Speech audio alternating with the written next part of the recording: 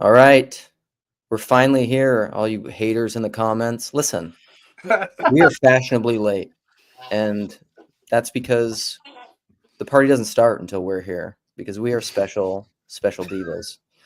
I want to open this I was up. trolling about you guys being late in the comments earlier. If you go back.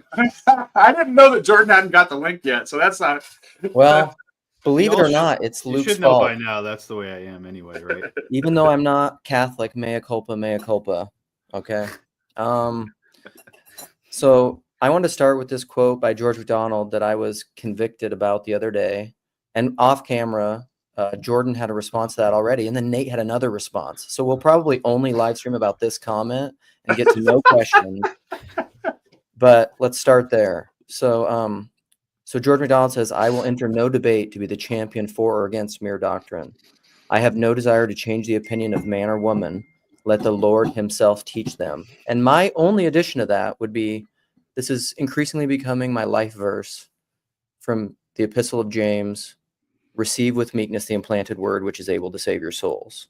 Because I agree with George MacDonald, and I'm going to talk about doctrines I have convictions about. Okay, that's what I have to say. Yeah, all I was going to say was against a bad reading of that quotation, which I think Nate will correct as well in his own way, that if someone was trying to use that as a sort of anti-intellectual almost way to like shut down the fervor and rigor of these discussions, then they need to just realize that the same guy who wrote that also wrote the sermon Justice, which is a tour de force when it comes to like a Christian eschatology, among other things, and is extremely sophisticated. So I was just saying that, even though I think there's a kernel of truth in what he's saying here, and maybe Nate, you should just say your take, because I think it's probably what it is. Yeah, I think what I take MacDonald to mean there is essentially he's referencing the frame problem. The reason he has no interest in entering a debate about it is he realizes the way in which people's opinion on people's mode of exegesis and their positions on doctrine are very much dictated by their frames. Mm-hmm.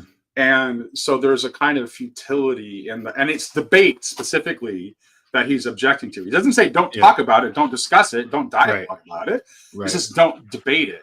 And so to me that the word debate like shines forth, because debate is an academic game in which you have to have a winner and a loser.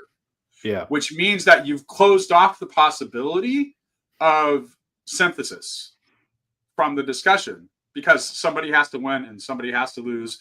One person is right, one person is wrong. And so I think that's what MacDonald is saying, and I wholeheartedly endorse that. Yeah. Right. So the two key words there would be debate and mere yes, doctrine. Exactly. Yeah. Mm-hmm. Yeah. All right.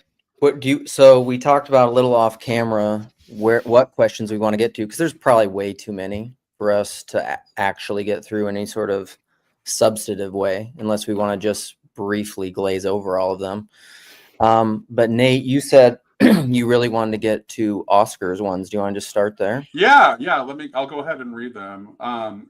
There's a little bit of he gave a little bit of a introductory preamble to it. That's I'm not going to get into, but it was nice with some nice lines of poetry and a great MacDonald quote. Actually, since we were talking about MacDonald already, I actually am going to read the MacDonald quote, because he's quoting George MacDonald here. I'm not sure what the source of this quote is, but it's basically MacDonald talking about his only reservations in putting forth the position that he does. He quotes MacDonald here as saying, "The only argument I can think of which would with me have weight against this conclusion is that the revulsion of feeling in anyone who has thus sinned against the truth, once brought to acknowledge his sin, would be so terrible that life would never more be endurable.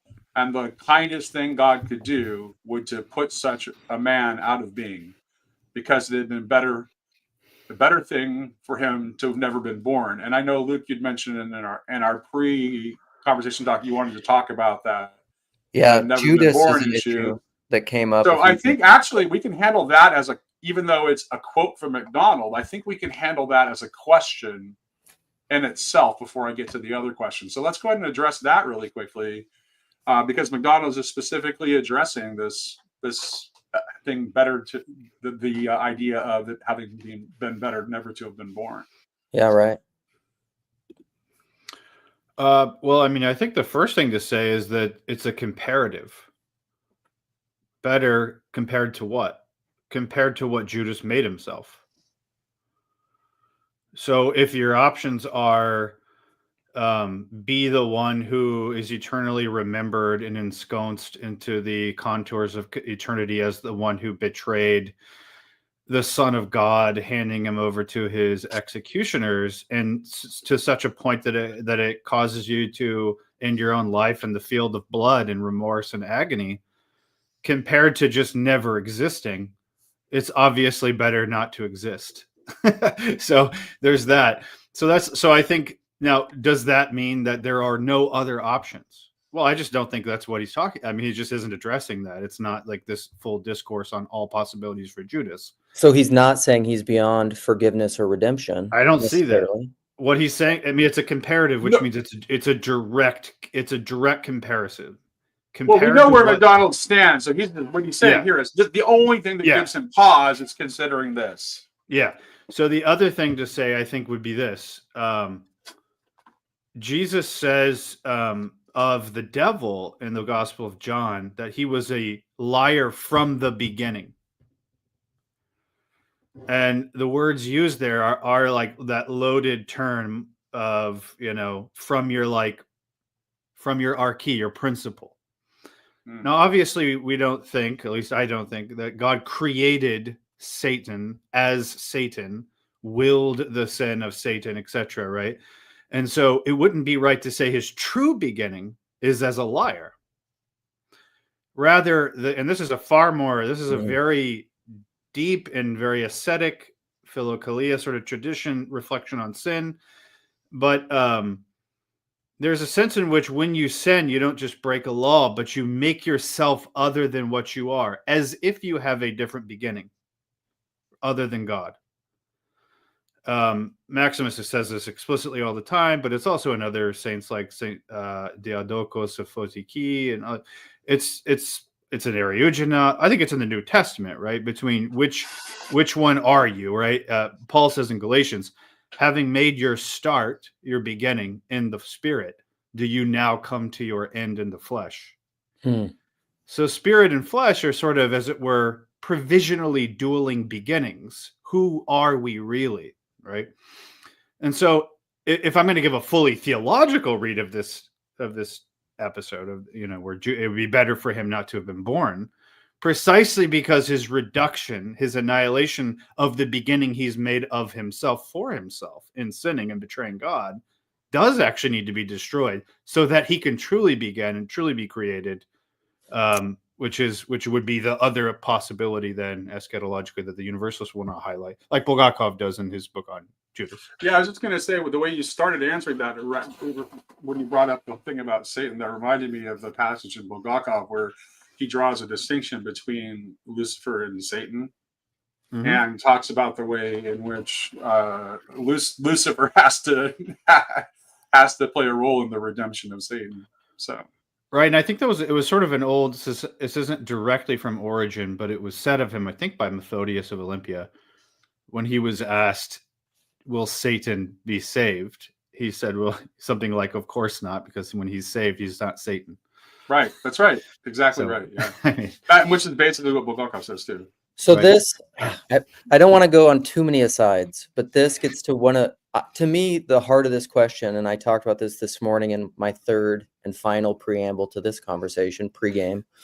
But to me, this gets at the question of the ontology of man. What is man? Like, what are they at their core? Because I think if you want to affirm eternal conscious torment or annihilationism, you cannot believe that the essence, the core of man, what they are, like what you said, starts in God.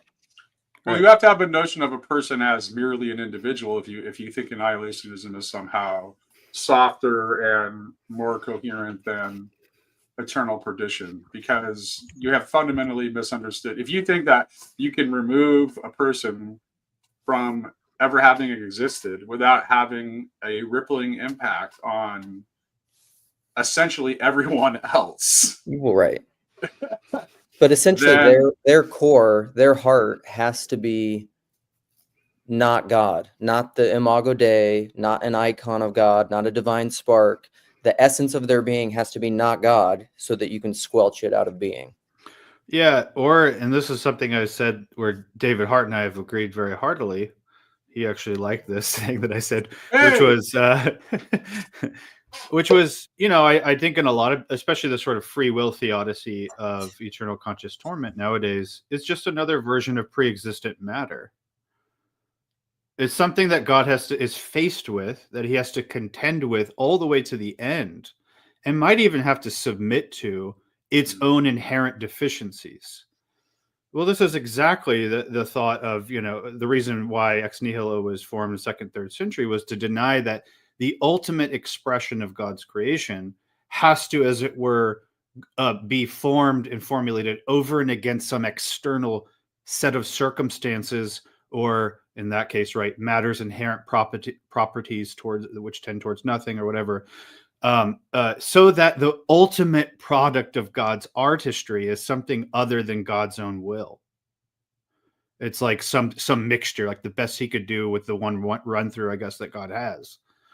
And so I'm saying all that because this is where I do think it's very difficult to critique universalism, because if what you're saying is like God's will is something ultimately other than the salvation of all, like God isn't just will and order, or just like the game of play of free wills that hopefully he's got, his will sort of come out at the end, but he can't be sure. It's what he wills is like the perfect, restored, unified, beloved Luke or Nate or me or anyone. The Whitestone name, maybe? Exactly. It's the new name. It's God doesn't create an abstraction. In other words. Yeah. We should probably move on to the next question. Huh? Yeah. All right. Let's do it. So this is the first actual question that Oscar formulated. Perfect. He writes, if there is a moral dimension to salvation, then how can universal salvation be guaranteed? The Christian language of judgment, however you interpret this, seems to necessitate that whatever might be said about the end of all things, morality must be an integral part of it. The crux for me is the one that Dostoevsky presents in Ivan Karamazov's Rebellion. What's stopping Vanya from returning his ticket forever? If the personal relationship of each person with God and other persons and everything else created includes an element of moral judgment, then it seems plausible that a lot of people will not be reconciled with each other and even with God himself. God's theodicy cannot be either aesthetic or euphoric in the sense of his self-revelation being a love that blasts the consciousness of each person with something akin to beatific vision, making the person forget or not care about moral judgment by virtue of the sheer delight of God's essence.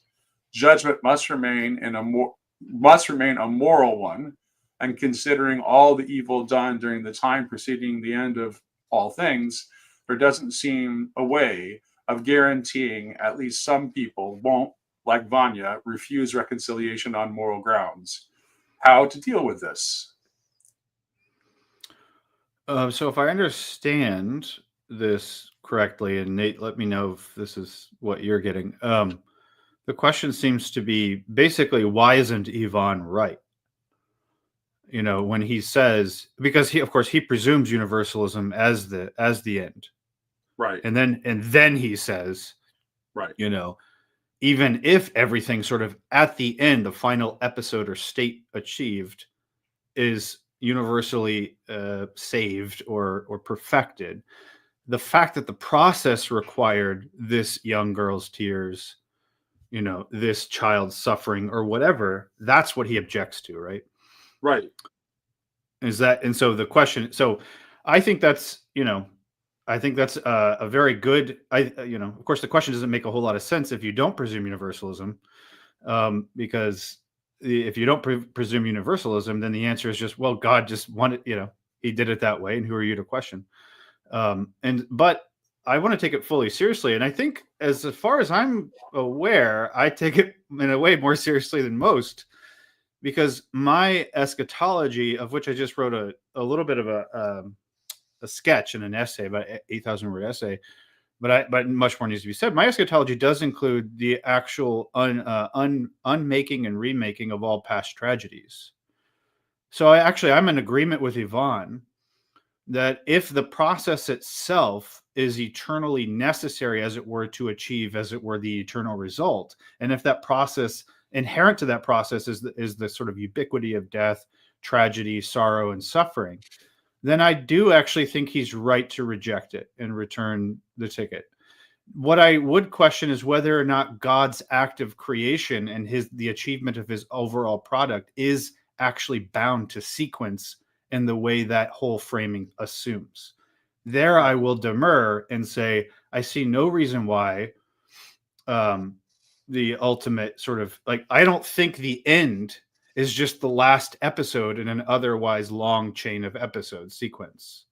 I think the end is the perfection of all episodes on the line that we perceive as sequence. Otherwise, we can't say, like, any moment is equally the creation of God, as if God only has a will or an intention or a design for the end.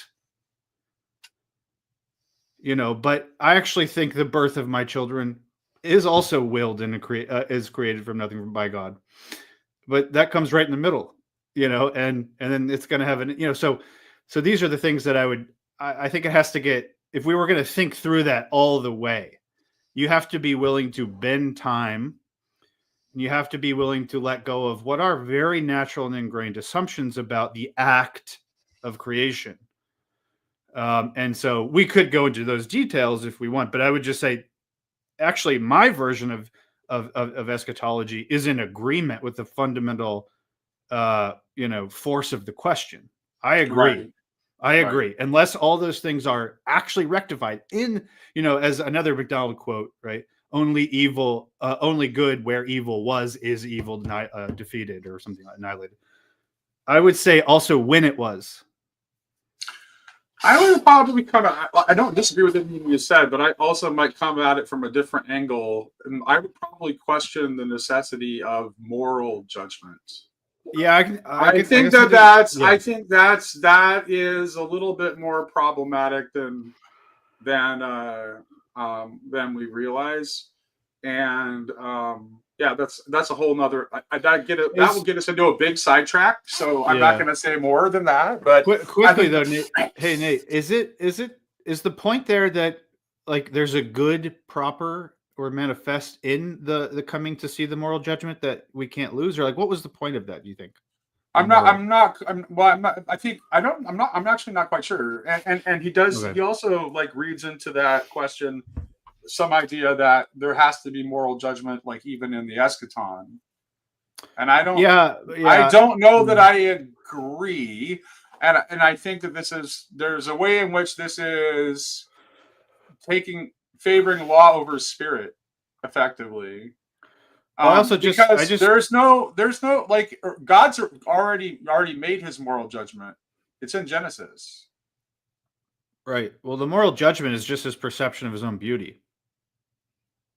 Right. Otherwise, there are things that God can't manifest apart from their contraries, like evil, tragedy, and sin. And unless we want to make those things conditions for God's own self-revelation in and as creation, which I don't, then we don't need moral judgment in order for something to be revealed that otherwise wouldn't be. Right. Yeah. So, but it was still a very, very good question. It was.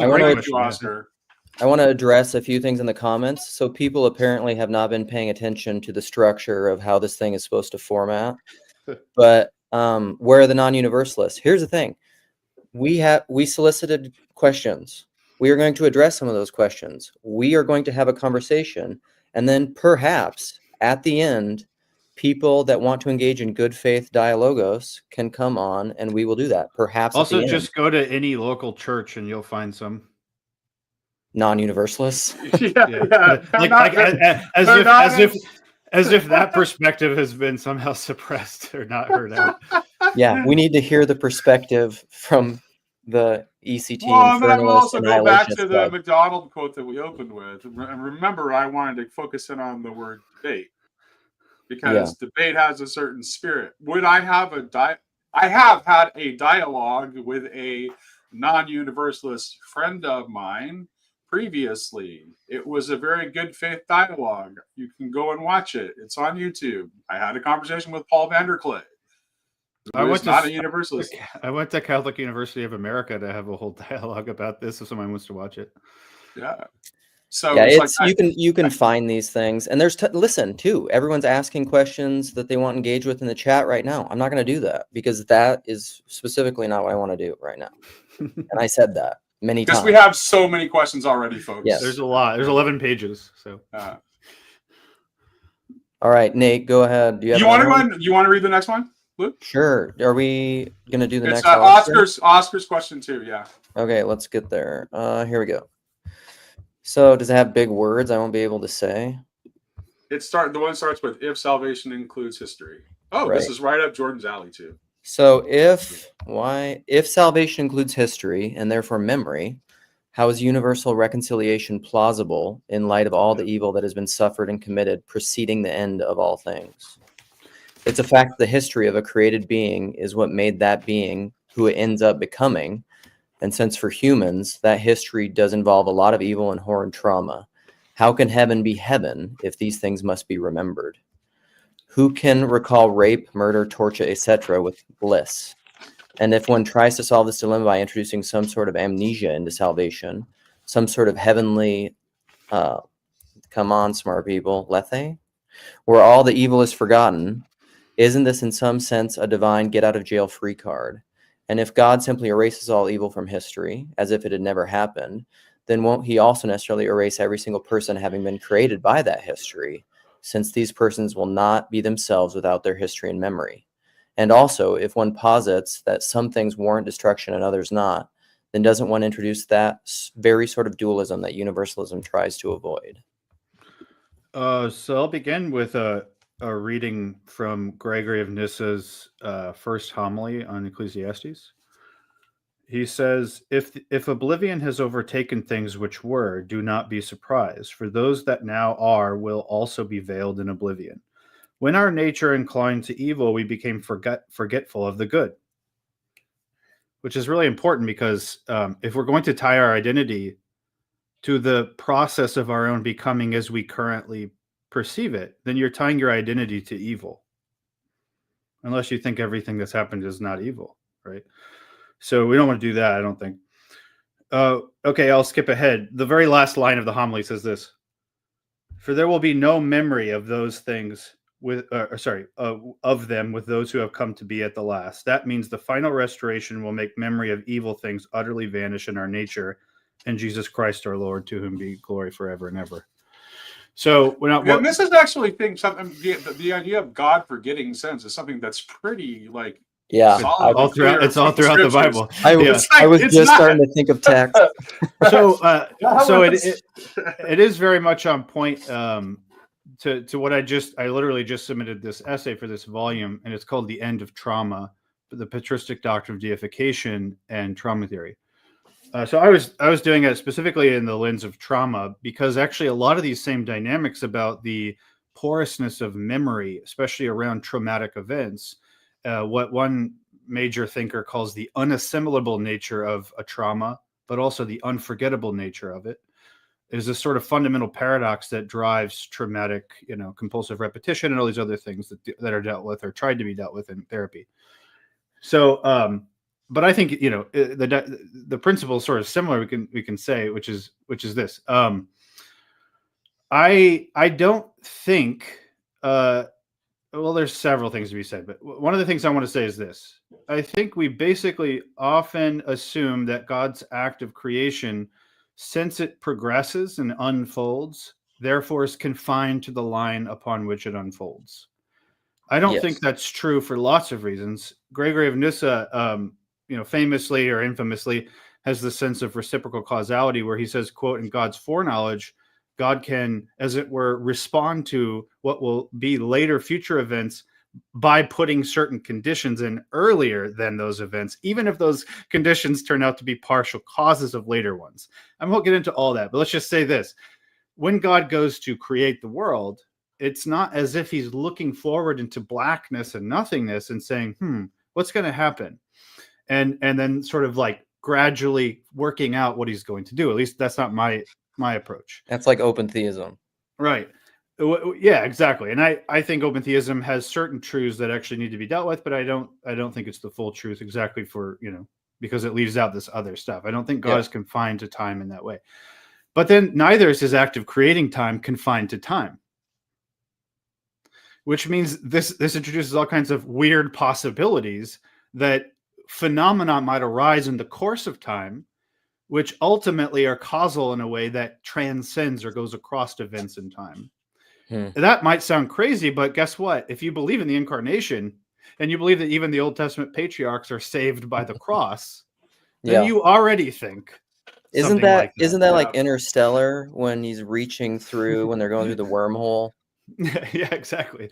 So there's all that, right? But let's skip over that. I think we, instead of dealing with all the weird time stuff, which I think is interesting, I do think it's at least helpful to question some of the assumptions in that question. One would be, are we really, if I erase memory of past time, as say Miroslav Volf argued back in his book End of Memory, do I necessarily erase my identity? In other words, my personhood. I can see why we think that would be the case, because we basically don't perceive ourselves right now apart from our history as we perceive it, which includes these very often traumatic moments that consume so much of our time and energy and attention. However, I'm not sure I'm willing to sit with that assumption without questioning it. Because if that's the case, then there is no sense in which God could have ever created a world that doesn't fundamentally depend on evil, tragedy, and trauma in order to be realized. So we're back to Yvonne's objection. Or is memory unalterable? Well, memory too is also memory of. So there's no such thing as like, oh, well, we either erase our memory or we don't, right? And also I would add, if the events that we remember right now, which are tragedies and they're evil, are somehow able to be destroyed, then it's not as if there's something that will exist that you'll just forget about. It's that there's nothing there to remember. And then furthermore, the other point would be, I would argue that events, precisely because they're divinely willed in their truth, will have depth rather than mere extension like on a line. And so I don't think tragedies happen and then what God will do in the end is sort of blank out the segments of the line that are bad. Rather, the tragedies covered over and prevented something that ought to have been instead. And what will happen is that the annihilation there, like a pruning, will be the preparation for the true event to come forth that never did. We sense this all the time whenever we say things like that ought not to have ever happened, or never again will this happen, right? In our causes for justice, which is all good. But then what we're saying is we can imagine something that should have happened that would have been better than what did. If I can imagine that, I'm sure God can. And if God can, I'm sure he willed it because he doesn't will evil. And so there's something that God willed that is good, that the tragedy or the evil has covered over or temporarily or provisionally, prevented from occurring. And those are the things that God will remember. Exactly, and they will remember. Which Sherry got me triggered me thinking that, because she dropped a very insightful little comment. She said, Sherry? Memory, yeah. She said memory is necessary for the apokatastasis, and she's correct. She's right. But it's the remembrance of the good. Yeah. Yeah, I mean, ultimately, there is nothing else really there to remember. Exactly right. So anyway, that's kind of where I would go. The thing I would say, just sort of as a last point on the question, if something like that isn't so, and if it really is the case that I almost, as it were, need all of the terrible things I've either done or endured or both in order to be who I am, then I do think we just need to admit that there is something integral to us that's just fundamentally evil. Otherwise, the removal of evil will not entail the removal of me, because it's not inherent to me. Right.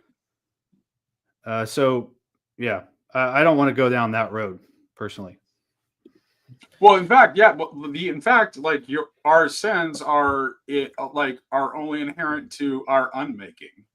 Exactly. not to our making. Yeah.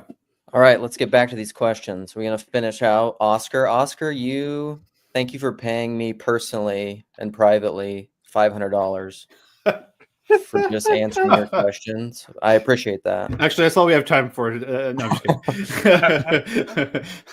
All right. Since salvation is a real process and not a magic trick, how can the option of eternal suicide be ruled out? Evil suffered and evil committed and evil seen takes a real toll, and it seems plausible that this toll will end up being too much for some people. Since God does not prevent such trauma occurring within cosmic history, there doesn't seem to be any metaphysical safeguards to prevent the consciousness of it from continuing post-mortem. Again, since salvation is a real process, and therefore suicide within this life is not a get-into-heaven-free card, there is no radical spiritual cure that can do away with the necessity of the painful spiritual work required for reconciliation. This is a process that must freely be participated in, and I don't see how people cannot choose to freely opt out. Wouldn't Hitler, for example, here we go, Hitler, thank God we got there.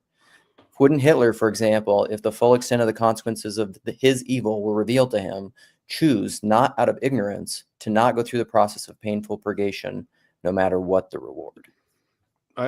No, I don't. I mean, so there's this thing where we have become so enamored of evil because we think it's to be more sincere and mature, to like look at everything in its chiaroscuro hues. As with the actual painting technique, we think that makes you see the world in 3 dimensions. But I'm sorry, that's just fetishizing evil. I don't pay it that kind of heed. It doesn't mean I deny it. It doesn't mean I say don't deal with your stuff. In fact, I would say this perspective is more free to deal with all the truths and face them squarely, precisely because I will not absolutize them into the eschaton. Right. And so I don't hear me. That's very important. Rewind and re-listen to that point a few times. Yeah. It's in no way to downplay that. But however, I will say this: God is light, and in him there is no darkness at all. God doesn't need darkness. God doesn't give weight out of some sort of feigned dignity that is owed to darkness, and we shouldn't either. And darkness is not dark to him. No, and all he does is dispel it. So I think there is a sort of temptation to be like, I'm a real mature person if I can face and I can admit something like, even if you could look into the face of God without any hint of ignorance, you could still reject him. Well, that's really just a different sort of, in my opinion, navel gazing, because it absolutizes your own power of free will as equal with God, who alone is eternal.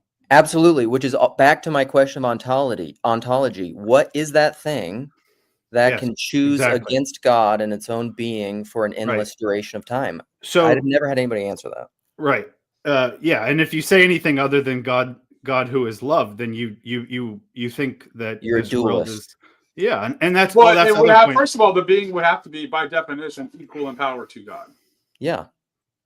Yeah, 100%. Right. So which is kind of actually one of the background. Like, this is why, to me, it's like it's always been obvious to me that there is an idolatry of power that is at the root of most people's formulations of infernalism. Right. And it's especially subtly true of people who want to cling to the more modern, like, free will version of it. Right. It's like, as when you formulate it that way, then you make the human will something capable of being an actual, like, completely equal counterbalancing force to God himself. Yeah. So, having said all that, right, there were several aspects of the question I would dispute at a fundamental level. However, I still wanted to say this. I do think there's something important in the question, which is why I assume you guys chose it, which is that it's absolutely right to say that salvation is a process, not a magic trick.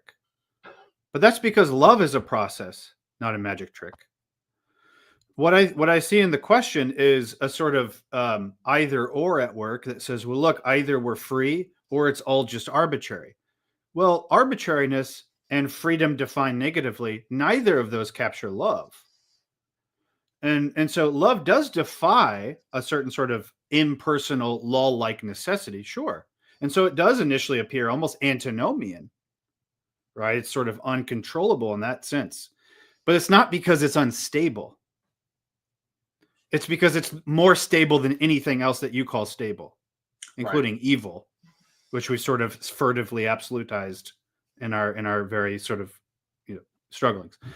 So, in fact, I would say that's a part of the allure of evil itself, is to present itself as absolute alongside God. And so the pure lure of power that sort of puts forth, as you were saying, Nate, is the thing, right? That's the temptation in Genesis 3. Right. So isn't, God doesn't want you to know good and evil, as if that's who God really is.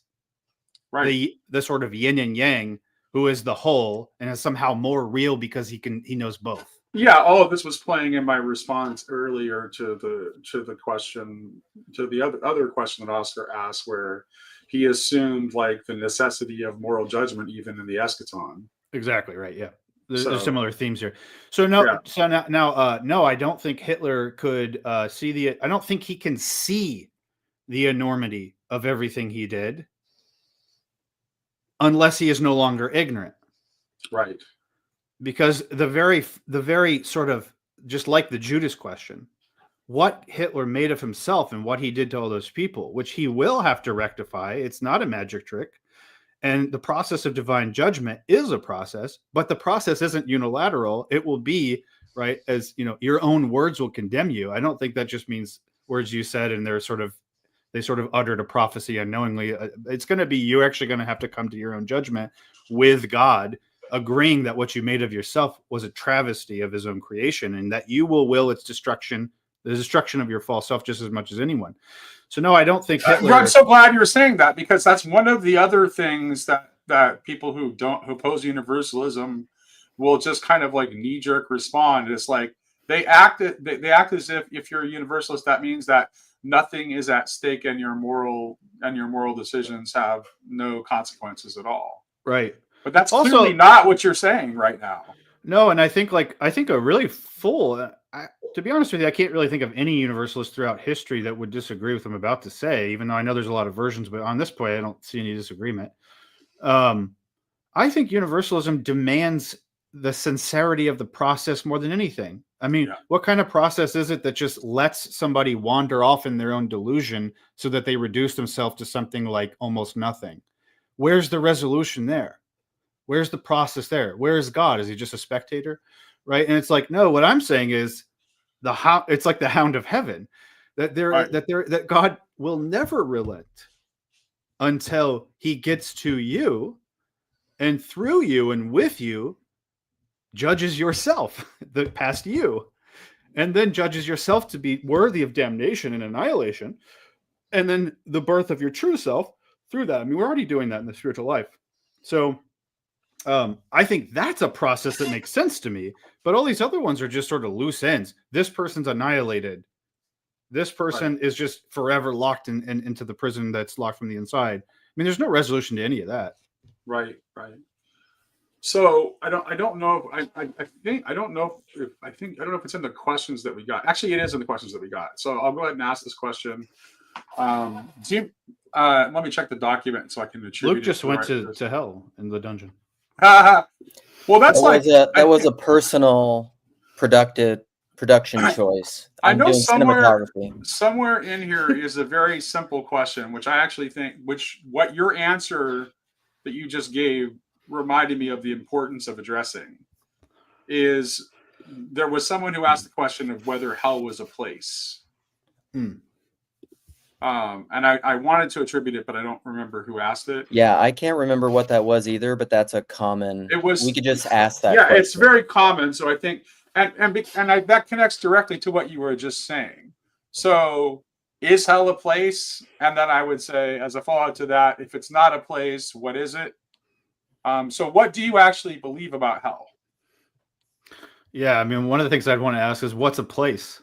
Yeah, I knew it was gonna go there because that's what I mean, was saying to Nate yesterday. I'm like, a place. What does it mean to exist? What does it mean to yeah, be? it's like, I guess people normally think of it as like some sort of container, like an Yeah. empty vacuum, and you just fill it with events and actions and reactions. But I think all that should really be kind of,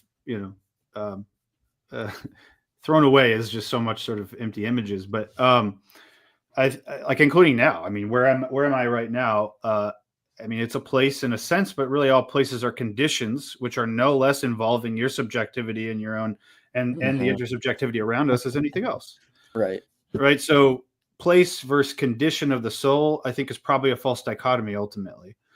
But if I had to kind of emphasize, if I want to give it, I would say hell is the experience. Some people say hell is the separation from God. No, I don't think so. Hell is the experience of being separated from God. But since God in Christ is separated from the Father in dereliction, even separation isn't a place where you're actually separate. Right. Now, you do experience, and this is where I think Balthazar is right, and Mysterium Pascale, and the Holy Saturday theology, all that stuff. You do experience a kind of hopelessness existentially. And so the condition of your soul, if you want to call it eternal in that sense, like a negative sense, that is to say indeterminate. There seems to be no edges, no end in that sense, right? That perhaps can be experienced. I won't say yes or no about that. I don't know that. But I would say, that's so hell is that. I think a lot of people, I mean, I know this might sound glib, but I don't mean it. A lot of people already know hell here and now. Yeah, no, that's exactly where I was hoping you would go with this. Yeah. Because so the reality is that the reality is that all of us are saved out of hell. Like, the harrowing of hell is something that's going on all the time. But that is definitely a common misconception of Christian Universalists. Like, I mean, I've gotten that answer so many times of just like, well, I believe hell's real. The Bible talks about hell. And I'm just like, oh my goodness. Yeah, well, it talks about hell mostly as annihilation. So unless they're annihilationists, they're already getting funny with the scriptures as they. Dude, I'm so glad when smart people agree with me, my ego just loves it. It's so fantastic. Because I've said that before. Because I was an annihilationist for a while, and I've often said if you want to go just the straight biblical exegetical approach, it's 80% annihilation. It's probably like 19.9% universalism. Oh yeah, and there's like two texts that are tough. Bulgakov praises the exegetical expertise of annihilationists before he moves on to destroy the position. I mean, it's a very exactly. No, I mean it is. It's a very good case. Chris Date. There's some people out there that they make very good cases. I mean, he was the reason I became an annihilationist. And related to this, I'm just highlighting this because where did that definition of hell, separation of God, come from? In order to make sense of ontology and absolutizing evil, probably. Yeah, I mean, I think there's like an initial, maybe innocent sense where it's like, look, when you say you're separate from God, what it means is to say you're in a state that is not directly experiencing all God is: love, mercy, infinite joy. And so there's a kind of like innocent sense of like, I'm separated from God insofar as I remove myself from the benefits and graces that God himself is and bestows. But it's one thing to say that, and it's another thing to say like some kind of metaphysical sense, you like there's some place that God doesn't apparently create that somehow you're still real. You're in a there, dualist. Right? Yeah. Right. Yeah. And so it's, I just think that part is a little bit like if you make too much of the language there, I think it's where you go into problems. But there's nothing wrong with saying like, like how often, I mean, don't we always say like today, like I'm feeling sort of distant from God. Right. I feel like I'm not, what do you mean? I'm not connected. I'm not like experiencing, am not properly cognizant of the goodness God is today or whatever. Right. And that's all fine. That's innocent. There's nothing wrong with that. It's just that if you're going to say that, if you're going to make some like stronger absolute claim that, there's a literal place somewhere and some when that isn't sourced by God or, and sort of we create it. And it's like a metaphysical like container or something. That's just sort of, that to me is sort of nonsense. But Or might say, again, even though somebody I think in the chat was really upset about this, but of course the Catholic Church in no way has denigrated Balthasar's theology of Holy Saturday. So if you're going to be really scrupulous about it, you should at least pay attention to what the Church says. But it's he says, as does Ratzinger in another spot, that hell in a sense is a Christological category, by which they mean Christ harrowed hell. Christ knows what it is to be in the state or condition of hell. Maximus thinks that too. So anyway, there's like Jesus maybe went to there's hell. That is the perfect transition to get to the Maximus text that we're. So we have a gentleman from Cyprus who goes by the name Upcycle, who's an Orthodox Christian who submitted a rather lengthy essay written by a former Universalist explaining like why they're no longer a Universalist. The article was heavy on biblical exegesis. I didn't have time to read the whole thing, but I did skim the text enough to notice that there were some quotes from Maximus. And so it seemed crazy not to get Jordan to opine on texts from Maximus that were included within something that was submitted for this. So, Luke, do you want to read the quote from the? It's at the very bottom of the document From Harris? under the heading Upcycle's article. Oh, yeah. Let's get there. Oops. Upcycle, Nathaniel, MJ. Oh, right here? Upcycle's article. Okay. Yeah. So, is this showing up? Yeah. All right. I'm going to zoom in a little. So, as then voluntarily activity makes use of the potentiality of nature, either in accord with nature or against nature, it reaches nature's limit of well-being or ill-being. This is ever-being, in which the souls have their Sabbath, receiving rest from all motion. The eighth and first, or better, the one and endless day, is the unadulterated, holy, radiant presence of God, who comes after things in motion have come to rest. It abides totally in the appropriate way for the total being of those who have freely used the structure of their being in accord with nature, and bestows on them ever well-being, by giving a share in itself, because it alone, properly speaking, is and is forever and is good. But for those who freely have used the structure of their being contrary to nature, it properly bestows not well-being, but ever ill-being, since well-being is no longer accessible to them who have taken up an opposing stand to it, who have no power at all to move after the revelation of what has been sought, the revelation to seekers of the goal of their seeking. The responses to Thalassios. Mm-hmm. Yeah. So, I mean, there's basically two texts in all of Maximus' writings that, actually, it's really primarily one, and it's this one, but that use the phrase "ever ill-being." A few notes about that passage in particular just read. One is that notice that it says it's nature's limits. Well-being or ill-being according to nature's limits. I almost never see in any of the discussions about Maximus on Universalism any discussion about what Maximus think nature is. If you were to do that and look at all the other texts that are relevant to that question, you will find many answers. But two of the relevant ones are these. One is that he doesn't think that the totality of, say, human nature is separable from the totality of all human beings. In a sense, it's what's called the collective universal. It's in Gregory of Nyssa, particularly if you want to look at like in Illud, his exegesis of 1 Corinthians 15. He makes this into the totus Christus. That's why he said in the homilies on Ecclesiastes that our nature is our Lord Jesus Christ. So the totality of the body of Christ really is the fullness of humanity. And so in that sense, the fullness of human nature. So there's a collective sense to nature. But then there's also the sense in which nature, it never fully approximates to persons. This is straight up from Christology, person and nature, they differ in some respect, even if they're inseparable. So what I think is where you ultimately have to go is you notice in this text that the limits there are natural limits. And in that sense, I think Maximus does make room for, again, the experience of hell. right? Like you can get to it. You can almost reduce yourself to such a point that you're almost entirely opposed to your own nature, which would be almost a complete deprivation of your nature, right? Almost, though, of course, is the key thing, because he doesn't actually think you can ever fully do that, as he says, like in letters 6 and 7, elsewhere on a different topic, that if you removed all the characteristics of a nature, you would simply destroy it.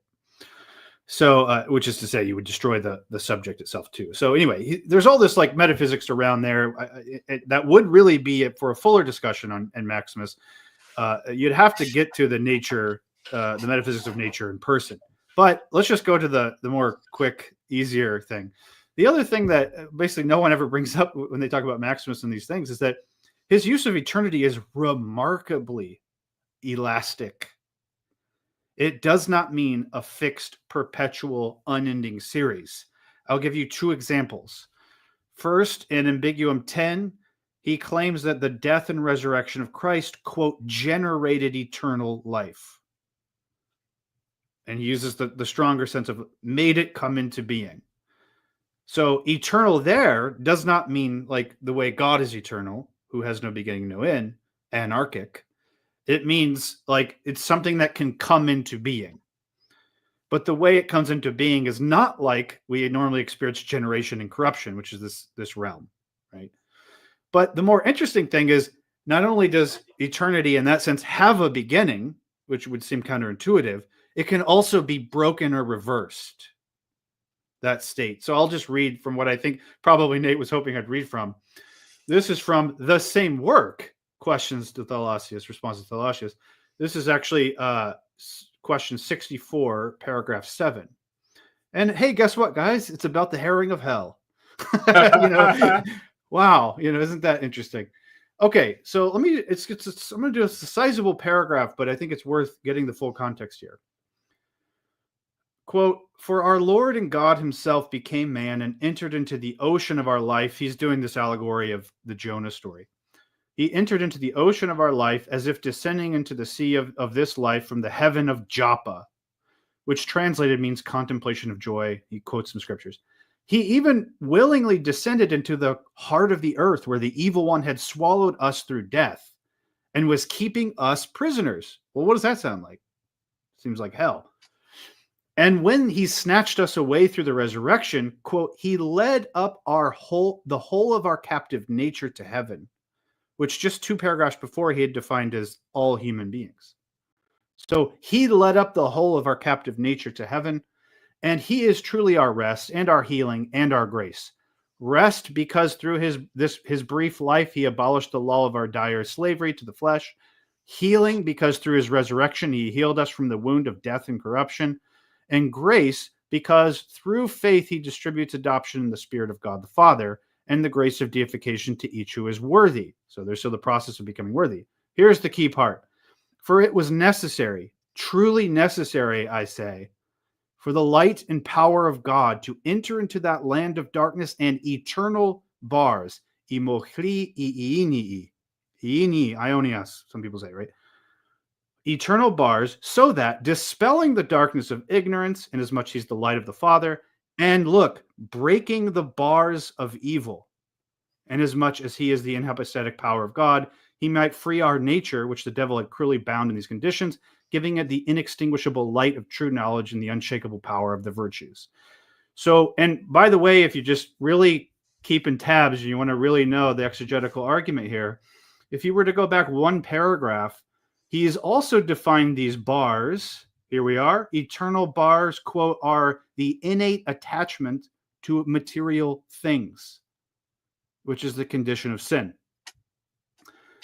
So our innate attachment to material things, our inclination to sin, can both be eternal, Ionios, and broken by Christ's descent to hell.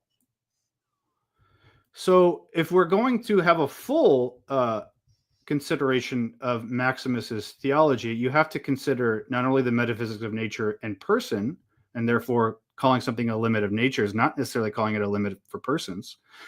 And then you also have to take into account the actual act and event of the incarnation of God, all the way to the depths of his harrowing of hell, which makes something possible that perhaps to us who are under the gloam of sin and deception, we think is impossible.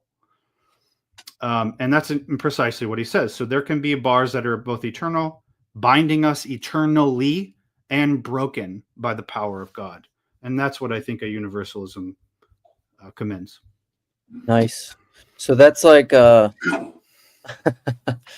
mean, there's a question I want to get to with that, but that's really good. Christ, yeah, you're going to say Christ descended and Christ went to hell and broke out of there. Yeah, and he didn't just go down there to like hang out or to survey the place. He went down there to free, quote, the whole of our captive nature, which is in all persons for him. I mean, Maximus doesn't separate those. So. Should we pull up the icon of the resurrection? I thought my Calvinist friends told me that he just went there to gloat. Well, maybe he does gloat over Satan. I love my Calvinist friends. I love you. It was just easy. It was just too easy to not say. By the way, I just want to cover my bases. If you're still questioning whether or not my interpretation of human nature as the collectivity of all human beings is right, you could just go 3 paragraphs later to question 64.10, which says, and when the word of grace is proclaimed in this manner, it not only persuades the king to believe in God, but also the men of the cities, commenting on those parts. Those human beings, in other words, who constitute human nature. Well, yeah, but the thing, like, there's a way in which, like, that kind of acknowledgement of inherent collectivity is just like, you have to admit that in order to have any real understanding of what kind of beings we are as persons. That's why that's actually one of the ways in which annihilationism falls apart, because it's like any one sinner, no matter how terrible they are, if you eliminate that person from ever having existed, the ripple effects of that are going to have far-reaching consequences beyond what you imagine. You have to be thinking of the person as merely an individual in order to think that's coherent. Yeah, like Hitler's mother, right? That right. Sort of yeah, thing. that's the one. That's the example I was using. Yeah, Hitler had a mother. Let me do an administrative thing. I want to do at least one more other question that I was thinking of, unless you guys have more you want to cover. And then I was thinking about selectively and with discernment opening this up. Sounds good. That's good. Yeah. If there's a question that you thought was really good, Luke. So I think one that's just fundamental, and McMo I see is in the comments now, and he asked this, but like, and I think this connects a lot of things. So like in the garden, what does it say? What does it mean when it says, in the day you eat of it, you shall surely die? What does you shall surely die mean? It means to put it sort of polemically, it seems to me, at least, that one of the things it means, it probably means a lot of things, but one of the things it means is that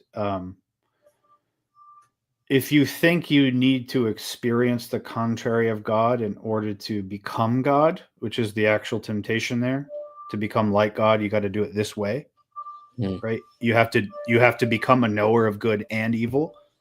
Then you will become like God. And that's what God doesn't want, actually. So there's a sense of judgment on God's character that he's begrudging, as Irenaeus said. He's withholding something from you that he promised.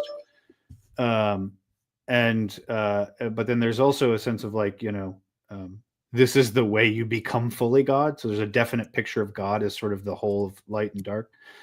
And so I think insofar as we think we have to do that, like that we need this sort of thing, then all it leads to is its own demise, to death. So in that day is in every day. People die every day. We die differently in different ways every day, and we do it all under the sort of under this realm of sin. I mean, it's what Paul calls the reign of death. So yeah, we need to become a living sacrifice, right? Nate, I muted you, by the way, because I don't know, is somebody vacuuming at your house? What's going on? Yeah, the cleaners are here. Okay. All right, I'm gonna selectively open this up. We can address other comments or just say whatever kind of other things, but we'll see. Listen, if We're going to be nice. We're not going to talk over each other. We're going to talk about hell because that's what the stream is about.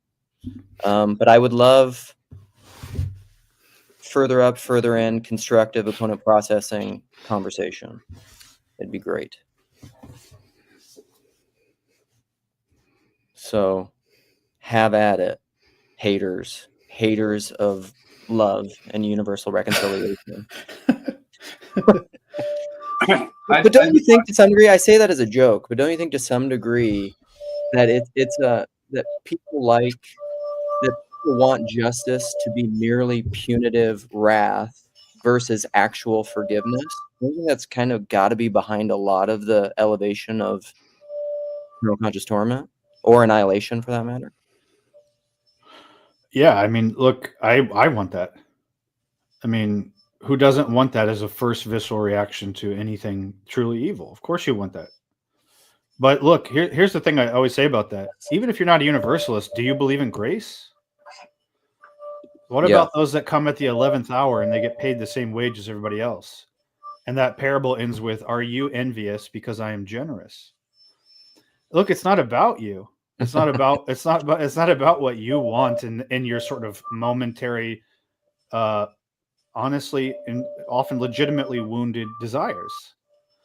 It's about whether or not God is good enough, wise enough, capable enough, wily enough, perhaps, to effect exactly what he desired. I mean, that's right. Well, and that gets one comment on that, and then Mark, I want you to chat. More and more, my buddy Jason has been, who some of my friends call the TLC's greatest theologian. So you got your work cut out for you. Jordan, you're good. I don't know if Jason's pretty good, but he's starting to see more and more everything in light of God's forgiveness. And I think even MacDonald said that. Didn't he say that Jesus is God's forgiveness? But I'm starting to think like the unforgivable sin is unforgiveness, because Father, forgive them as they forgive those who trespass against them. I think that's what salvation is everyone forgiving everybody. It's at least inherent to that. Otherwise, salvation doesn't really preserve anything worth preserving. Yeah. It just preserves brokenness. All right, Mark, what up, buddy? Well, I'm not going to make. I don't know if I'm a good for the opponent processing bit, but I'm not sure the terminology is well defined yet. I mean, if as I said in the chat, how can you be separated from that which is omnipresent?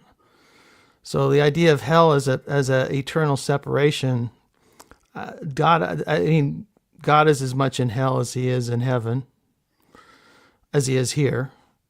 So that, as a definition, kind of falls apart for me. I understand the argument that hell contradicts God's nature, as God is love. But I just can't. I'm uncomfortable with hard lines on either side.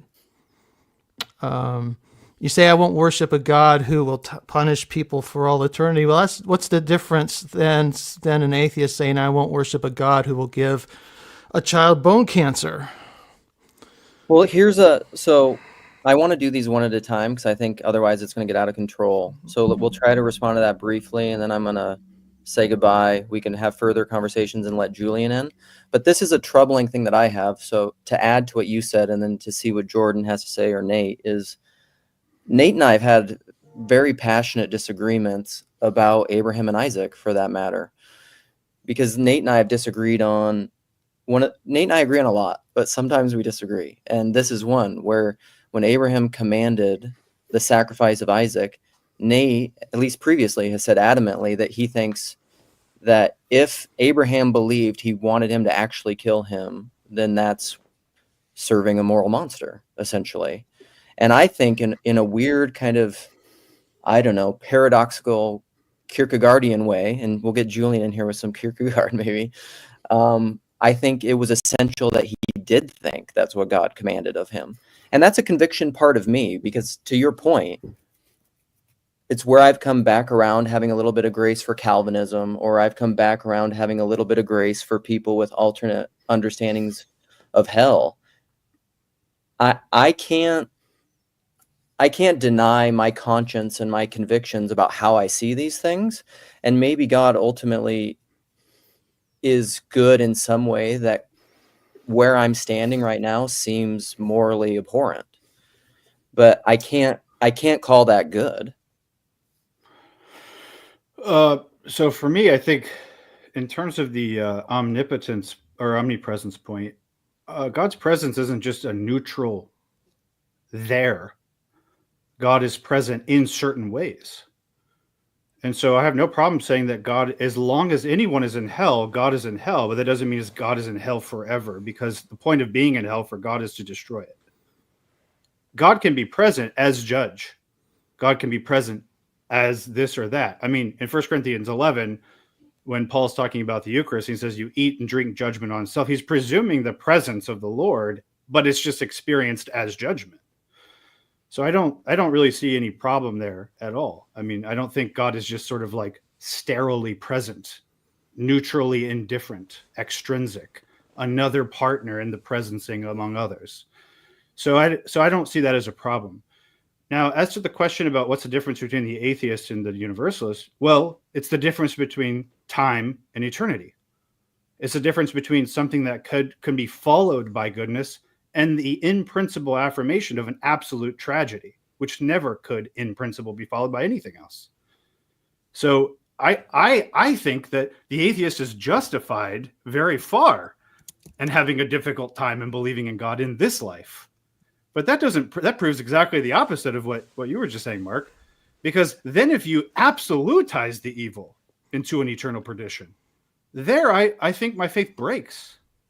I have a hard enough time hanging on to it now whenever the evils are provisional. Well, what's the difference between absolutizing the evil and absolutizing your concept of what is good? It's that both are human constructs that become a form of idolatry. You're telling God what God is, as opposed to simply accepting that we as human beings exist within space-time and must deal with God as we encounter him, as we see in Isaiah 47:5.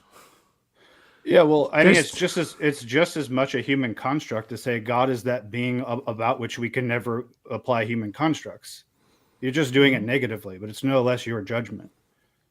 This is why the church fathers had no problem saying that one of the criterion for exegeting scripture was theoprepes, whether it's worthy of God. That's not presumption. That's actually just belief that God is good. Yeah. Otherwise, we just don't know God at all. I mean, it's just sort of one or the other. I think we'll have to close it at that, but I think that's true. And I'll quote Rob Bell, as God is he about whom we must never speak, and we must always keep speaking. I would say, Mark, I would say that the position that you were advocating implicitly there is just an argument for nihilism. And we'll table that for later. That's going to be spicy. Well, see, okay. That's okay. See, you throw a word like that around, it's just a way of dismissing me and saying, "Oh, you're just a nihilist." That's an argument for nihilism, as if these problems were so easily solved, Nate, you wouldn't be wasting your time with all of these discussions on the subject. Okay, gentlemen. So, I mean, that's trivial. If you don't another time. Yeah, let's do it another if you time. don't assume that reality is intelligible in some way, you're advocating nihilism. Okay, sorry guys. Sorry. That's assuming we are purely rational beings and that's how we engage the world. That's not reality. Okay, future conversation. Nate, Mark, you Parker. You presume the bottle of knowledge that I do not own, that I do not hold. Please. Okay, here we go. We're gonna go with Julian. All right, here we go. And Mark, you can come back later with a different question. That one's done. Sorry. Mark, you're a good Kantian. Yeah, that was pretty spicy. I don't know if I have, any big objections or anything. I think I'm broadly sympathetic to something like hopefully universalism. I think I would I'm the kind of guy who doesn't like the kind of we can know this. And I guess that's where I think I sometimes find myself uncomfortable with some universalist ways of expressing themselves, because it seems like as a kind of grand vision, universalism kind of ends up taking on a posture that to me seems to kind of alienate me from my humanity, in a sense, where you're kind of thinking of the whole sweep of human history and kind of this cosmic perspective. And I sort of like to think more in terms of my human limitations, and kind of does that kind of make sense as an objection? That to me, universalism sort of just seems too universal, I guess, and too abstracted from my kind of existential location as a particular human being and the limitations of knowledge and perspective. And then this kind of gets into something like, I know for some universalists, this also kind of becomes more of a, I know this is something slightly different, but this is true in Luke's case. It also leads to a kind of perennialism, which to me has a similar kind of problem of this sort of universal perspective. I don't know. I wonder how you guys would react to something like that. Perennialism conversation is a totally different one. That's complicated. I mean, it's related, obviously, but. Well, I would make a few, I guess, philosophical points, maybe. I think there's a way in which, as Gillian Rose points out in her book, The Broken Middle, that those that are supposedly fragmentary thinkers and who are attentive to the particularities of finitude and so forth, subtly absolutize that very perspective, so that the fragment becomes a new absolutization. And so you'll say things like, right, not you, but I mean, people, those sorts of people will say things like, we always only have X amount of insight into this or that. Well, as soon as you say that, then you've actually crafted your own synthesis in the form of anti-synthesis. So what I think this means is that she would say, Rose says that they postulate their own absolute beginning or starting point without ever mentioning it. And so it's a sort of Hegelian critique of that sort of, really she's critiquing postmodern philosophy, but I think it sort of has the broader swath there. I don't think we really can avoid doing that. I would say it's a part of the dynamism of human rationality and in history at all to do that. Now, just as C.S. Lewis would say at the end of Discarded Image, we always are doing that. We're always making these models, of course. And so I guess I don't see it as a very, I don't see it as much of a critique of like universalism in particular, as much as it would be a critique of just human knowing in general. And on those, yeah, so I would just have philosophical problems with that. I have phenomenological problems with that, because a truly fragmentary, if you were really committed to that, we would also not rule out the possibility that the whole can manifest in the parts in a way we can't yet conceive or predict. And so that would be that then spills over into a theological sort of argument that faith is the certainty of things hoped for and the assurance of things unseen, Hebrews 11. Yeah. So there's a sort of certainty which is built into faith, which is true, yes, not necessarily the certainty of syllogistic, apodictic, rational certainty, of course, but it doesn't mean it's not certainty of any kind. Or as Schelling would say, as Schelling says in his essay on freedom, he distinguishes metaphysical and moral necessity. Actually, Jordan, in sympathy with Julian's remarks, and I think David Bentley Hart might have been one of the people that he had in mind that he was talking about. I agree with that, yeah. So I actually think that there's a way in which when the emphasis when the universalist argument, when the emphasis becomes too much on the trying to present it in a way that makes it rationally certain, yes, I actually get uncomfortable with that. Oh yeah, I'm on that. I mean, because here's the thing. We have to interpret what syllogistic certainty itself is. Yes, exactly. Yeah. Which means we're already beyond it. Yeah. Yeah. Oh, you're bringing in the Kalia Rivet. There we go. Type things. All right. Let's. I'm going to remove. So I guess I agree with Julian. So yeah. I'm learning my structure. This is what we're going to do. People will come in. They're allowed to say one thing. then Jordan responds, and whomever, and then new people, because otherwise we won't get to other people. Yosef had a great question in here, which we didn't get to, but Yosef, you can say whatever you want. You have my question because I can't access it. Do you want to? I'll show it. Yeah, why don't you show it? Because I wish I could remember exactly how I worded it. Now, I should start. I've never met you before. I am this little corner is one of the Orthodox Jews in this little corner. So I'm coming with a whole set of different metaphysical assumptions and scripture, obviously. Nice to meet you. I've challenged this topic. So I would say for the most part, I'm a near universalist, but we hold out a little bit for free will. And this has always bothered me because this is a very big and important point in the universalism, or whatever you want to call it, hopefully universalism within Kabbalah, where all parts, every part has to be redeemed, not just at the person level, but the sub parts of the person as well. And if that doesn't happen, that's a form of annihilationism, essentially. So here the question is there where's the bounds of the person, right? Like, as I know, Luke likes thinking of persons as fields, but like, at what point do we say, that this is the part we're preserving at this level of resolution, and what parts are, from your perspective, like, those can be annihilated, that I'm comfortable with. Because to me, there's no difference. If you're comfortable with annihilating a single part, you're comfortable with annihilating a person. To me, I don't think there's a real difference there.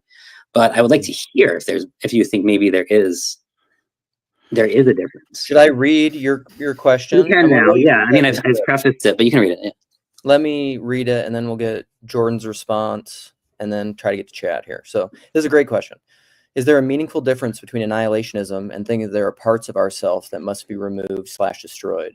And does this imply different degrees within universalism?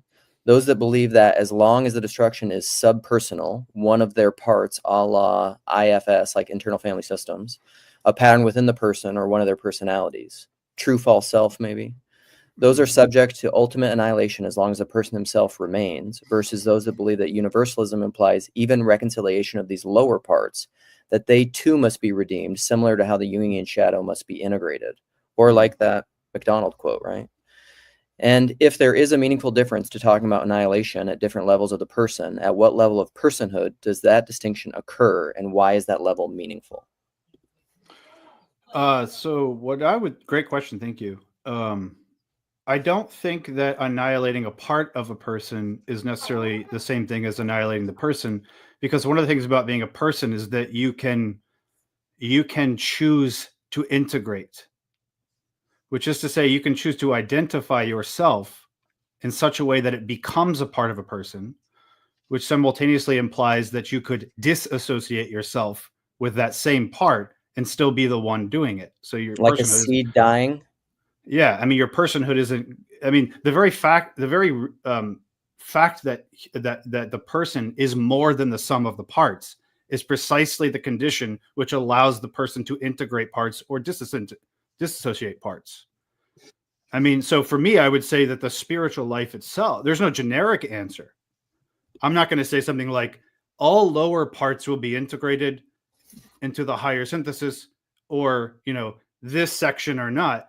It's utterly personal. It's the work of the Spirit in prayer, in your communities of faith, in the liturgies. It's the work of introspection. It's the work of therapy, and all this stuff is the work of determining and finding out exactly. It's coming to know yourself so well, which by the fact that you have to come to know yourself means you don't know yourself fully.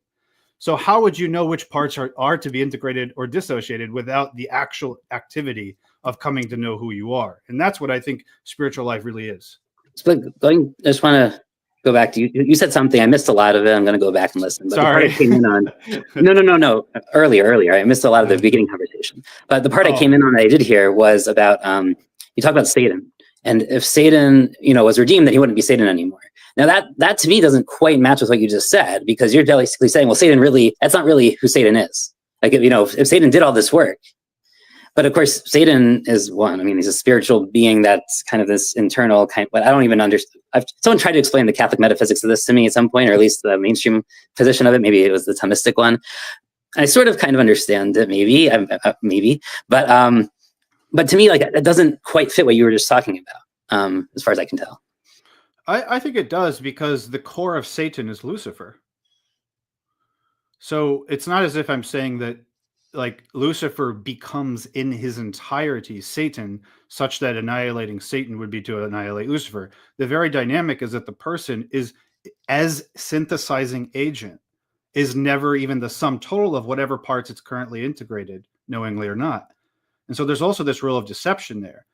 Lucifer thinks he is Satan, but that's part of being in sinful ignorance. He's not right. He's a liar, even about himself. But isn't he And stuck yeah, in go that ahead. state? I don't see why not. Why would he be stuck? What makes him stuck? Oh, okay. This gets into Yeah. this gets into whether angels have free will, and we have big debates over this between us. Right. Hey, cue up Okay. the Jordan Daniel Wood Joseph Angel conversation. Okay, we're gonna go on to Chad. Okay, see you, Thanks, Joseph. Thank Joseph. you, buddy. Chad. Hi, What up? tile dude. Hi, can you hear me? I probably might Yes. lose you. But, Yes. so my question is, what's the what would be the ultimate purpose of discussing or trying to have the attention or discussion between universalism and annihilationism, or any teleologic conversation therein? I don't understand why we're so. This conversation seems to me to be more of an idol than anything. So I'm just curious about that, because I feel like for me, when I try to walk around or walk into universalism, it feels like I'm trying to almost game Christ in some way. And so I'm wondering, what is the ultimate purpose of having the discussion between or tension between universalism and anything else? Well, I for sure have thoughts, but maybe Jordan, go ahead. Well, look, I mean, I think we need to sort of disentangle different levels of tension. I mean, if what I am saying, which I'm not, is that if you're not a universalist, you're a heretic, and that you shouldn't consider yourself a Christian or whatever. Okay, well then there's some I think there's a real question there. Yeah. But look, anytime you do theology, and if God's own goodness plays into it whatsoever, then his own goodness is the reason why you think about the thing that you're thinking. So I happen to think that the universalist position is better, more beautiful, and solicits my faith in God more fully and securely than an annihilationist one, where the God on that picture could call forth from nothing creatures that he supposedly loves infinitely, but also consent to their own self-annihilation to the point where all those who love them would no longer have them to love. I don't see why that's not valuable. What about that is not intrinsically compelling? Maybe it isn't for everybody, and that's fine. I'm not judging. If people don't want to talk about it, it's fine. But I don't think it's that hard to see the difference between whether or not my children could be annihilated, or whether or not I can believe in confidence that we will together enjoy eternal blissful union with God. I mean, could there really be even greater of a difference between them? Yeah. The thing that's interesting, because what Chad was saying, kind of almost reminds me a little bit of the kind of some of the early church attitude where during the history of the early church, when universalism was more widely spread, a lot of universalists were held to universalism, but believed that it was irresponsible to teach the doctrine publicly. So there's a little bit of the sense of that in what Chad is saying. Yeah. And I think, the thing is that we've had doctrinal development in the history of the church. Originally, the church was more universalist than not, while simultaneously having this idea that universalism should be kind of a secret kept by the most intelligent and educated of Christians, and maybe kept a secret from the general public. And then, beginning in the 4th century, some form of infernalism becomes more dominant, and early on, the form of infernalism that was most widely believed was eternal conscious torment. Like, that was the default, like, mainstream position for a good chunk of Christian history. But since that time, all of the doctrinal development has been going away from that. And now universalism is starting to pick up steam. And this time, as universalism is picking up steam, we don't share that sensibility of it being irresponsible to proclaim it. Because because I think fundamentally we have a different view of human nature than they did then. Okay, can I add to that quick? And then Jordan, you obviously have something to say. And then we're gonna go to Dave. And then here we go. Last call. If you want a question, get in here, because we might just close it out with Dave. Be bold. Be bold, and reality will rise up and meet you. Right? Isn't that some quote? But now. yeah, that's right. I'm so quotable. Nate, I do agree with you, because here's the problem too.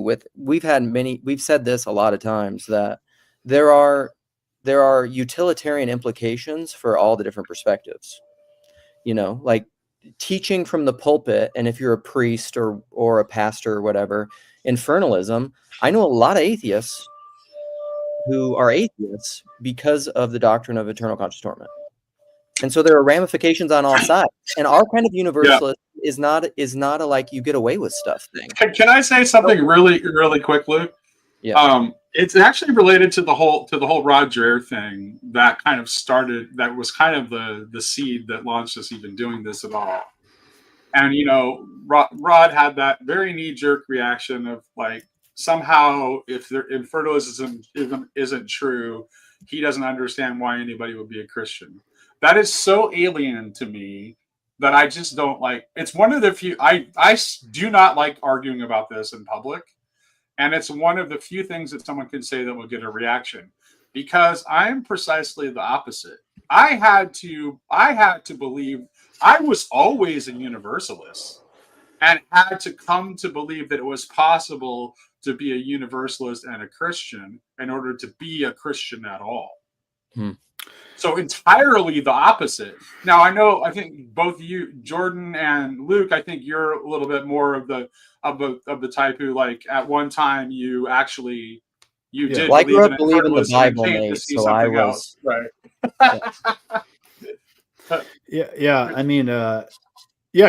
Most of my, I guess I can still say that. Yeah, most of my life I was infernalist straight up, and I didn't even see the appeal to universalism, and I didn't even think there was an exegetical argument to be had. I have an essay that I wrote when I was 21 called "Why Hell is Fuller Than Heaven." Amen, brother. So I keep it in my computer so that I can try to drum up some empathy, because I was also that way. But a few points on on what you said just now, Nate, and then I'll work back to what you said about the early church and stuff. So,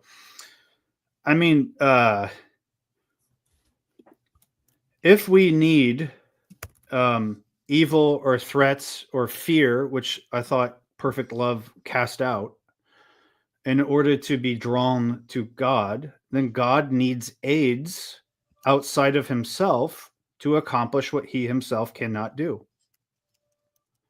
He is insufficient to draw us to him. He is incapable of holding us to him. He is utterly and completely incapacitated to allure us or to interest us in any kind of lasting eternal way.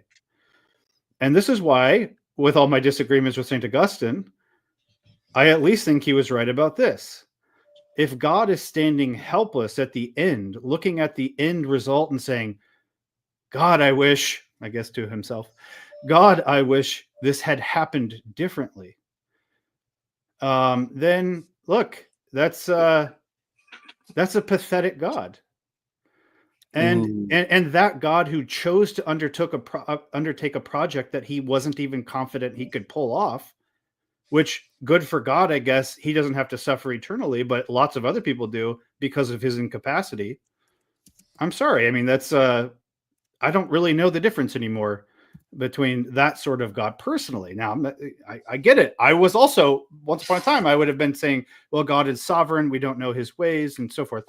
But yeah, so I can't accept that view one way or the other. I think almost it makes more logical sense, even if morally I'm still pretty repelled. It makes more logical sense, at least, to say, just go ahead and say God willed the end result, even if that is the massa damnata.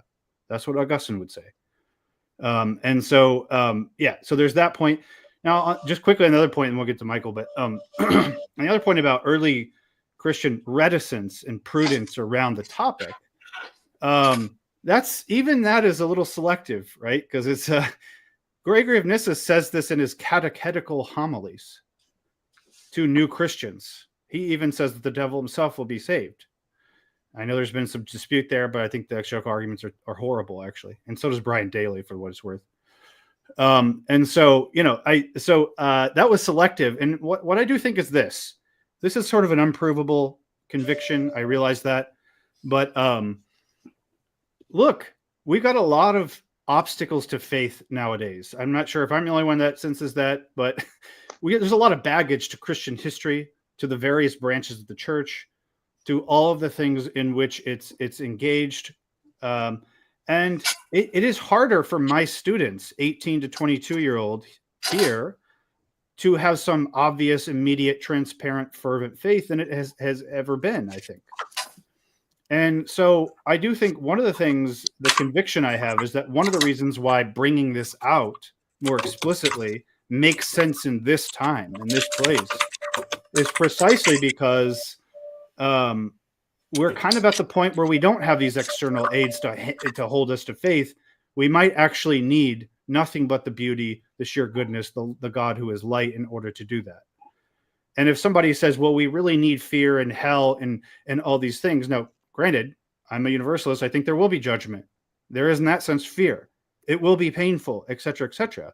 So it's not a magic trick thing. But if you think that alone is going to secure faith in Christ, why don't you take a look at Europe? How did that go? Post-Christian world, what happened? Look at the Sistine Chapel. There's plenty of fear there. Did it work? So I don't buy it. All right, Michael. Okay, so my question is, and I don't really have any problem with, I'm not some hell advocate or whatever, but on a practical level, assuming a universalist outcome in the ultimate sense, what do you think we should do about the distinctions that, like, Paul makes about the elect, versus those who are not of the elect? And because I think obviously there's maybe behavioral and pastoral problems to how much you emphasize like an assurance of salvation or an insecurity of salvation, of shifting that around and saying, an assurance of being elect. Like what is the distinction there, and how should we proceed? Because I think that's the question, is that everybody says, like, if you believe in what Rod Dreher's critique is, if you just tell everybody that they're saved, at least in their rebellious teenage years, they're just going to go off the rails and do whatever, something. So what is Paul telling us to do with that kind of election language when we read like the book of Romans? But why do we assume that people? I'm sorry, I had to answer this. I'm assuming that's not my assumption. Right. That's the assumption of Assemblies of God youth pastors. I get it. But as someone who never believed in hell, not for one moment of my life, I did not live a life of like just doing whatever I wanted and not building broken relationships and not caring about people. I used to be really holy when I affirmed eternal conscious torment. I did everything I was supposed to, and now it is terrible. The stuff I do now that I know I can get away with it is just unbelievable. Well, look, I mean, at some point, this argument would become an argument against grace itself. Should I sin so that grace may abound all the more? I mean, that's also in Romans. So the idea would be, right? Absolutely not. You've been liberated. All the terrible things you've done. Hey, I've heard this before as an objection to Christianity, pure and simple. So are you saying that so-and-so, the worst person in the world, can just repent on their deathbed and they're saved? Whereas somebody who's just a decent, hardworking person but never believed in Christ can go to hell? Is that fair? Right? That whole 11th hour thing. You know, yeah. So it's like, look, I mean, if the motivation is something other than the sheer joy and infinite satisfaction of God himself, then I don't think anything is better or worse. Different things will work for different people, right? But you know, I think perfect love casts out fear because it doesn't need fear when it's perfected, right? All right, Michael, we have too many people. I'm sorry. This is Okay. me at my most structured. We just gotta say goodbye. I Let's turn love a you, button. buddy. Thank you, Michael. It's good to see you again, my friend. All right, we're going to Dave, and then I told Nate in the thing privately. Dave is allowed to do no screen because I vetted him. He's a friend. It's Yeah, fine. we know- I we know know he's not Dave going to show a caged penis. Yeah, I don't know if you can hear me yet. But Gotcha. We can hear you, Dave. You We can hear hear you, me. Dave. Okay, all right. Yeah, Yes. I don't usually do anything publicly. I'm only Yeah. Can I just say something about you really quick? Yeah, He's sure. wonderful. Okay. So Dave is the guy who is Dave's a wonderful, like, Orthodox Christian guy. He's always the guy who, like, after I say something totally crazy, like, comes to me and says, actually, the strange thing you said, this is the Orthodox saint that said it. This is where they said it. It is Perfect. true. Nate is like an intuitively Orthodox dude. But yeah, okay. So all right. So this isn't in any way hostile. I think you guys know that I'm, which way I kind of lean. But I always have this statement, and I wrote it in the chat. So I'll just read it. And it's this: when every soul says, all others will be saved, and I alone will be condemned, then paradoxically all will be saved. And that's what I always say when someone asks me if I'm a universalist or not. And the reason I say that is I believe that all great truths are expressed in paradox. And so I guess my question here is an absolute position either way on universalism, does it eschew paradox in favor of argumentation? And that's it, Yeah. basically. Oh, thank you, Dave. I think there are versions of it that do, for sure. I think if it becomes just like almost any topic, though, I mean, it becomes a game of sort of analytic, dialectical, who's better, who outperforms the other person. This is just a perennial temptation on any important topic that's ever existed. But I actually think it's a different kind of rationalism to absolutize paradox as suspending two contradictory positions. Because what that does is it basically takes our current state of dialectical, slow, discursive reasoning and says, this is the only thing that sort of draws the final limits. So paradoxically, I think sometimes when people sort of get worried about argumentation, what they're really doing is just masking over their own very definite argument, which is that we could never know such a thing. But that's no less a claim, and it's no less one made by a reasonable person as anything. So sure. I don't think anyone's avoiding synthesis or making absolute claims. It's just what you're absolutizing is the question. Yeah. Okay. So I guess the other thing would be like, perhaps we have to deal in paradox in this world, but we won't have to in the next. Yeah. I don't know. I also think the question is, so I agree with you. I don't think anyone avoids paradox. The question is, where do you put it and why? Okay. The universalist puts it on the process. Mm-hmm. I do not know how certain people, I don't know how I myself can be saved. Who will save me from this body of death? I can't see a way out. This is the stuff of the spiritual life. This is why I need, mentors. This is why I need prayer. This is why I need the great rich spiritual traditions, is because I'm figuring that out. There's no abstract answer to that. I have to work through all of that. But I don't put the mystery on the final outcome, precisely because, in my opinion, it's a direct expression of God himself. But I think thinking eschatologically never requires that. Do you affirm the general resurrection from the dead? Yes. Well, how will that happen? I don't know. Exactly, right? So we already see that we can be paradoxical or unsure or suspending judgment about process, but that does not lead to being similarly coy about product or end. Okay. Yeah, that's really helpful, actually. That's very helpful. So I won't take up any more time. Thanks, Dave. Unless somebody else has something to say. Yeah. It's good to have you on the stream, Dave. All right. Thanks. Thanks, Dave. Yeah. We'll move on to Mitch. Mitchell, are you working?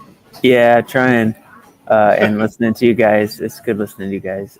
Dave really kind of, I think, has something pretty similar to what I was going to say. I'll say it in the way that I was going to say it, and you can see if there's any more there. The way I was thinking about it, and I'm not a Christian Universalist. I'm not a Universalist, Lutenist. When you sum up Christian Universalism in a sentence or two, could you also say a sentence or two that was true, that you believe, that seemed to totally contradict it? You know, I don't have any problem saying God loves everyone, or if you reject God, you'll go to hell forever. And if you can do something like that too, why not just say, I guess, all the true things? Is there danger in kind of making this into a hobby horse? Because it's about actual people. And love is always about actual people. I don't see it as a hobby horse.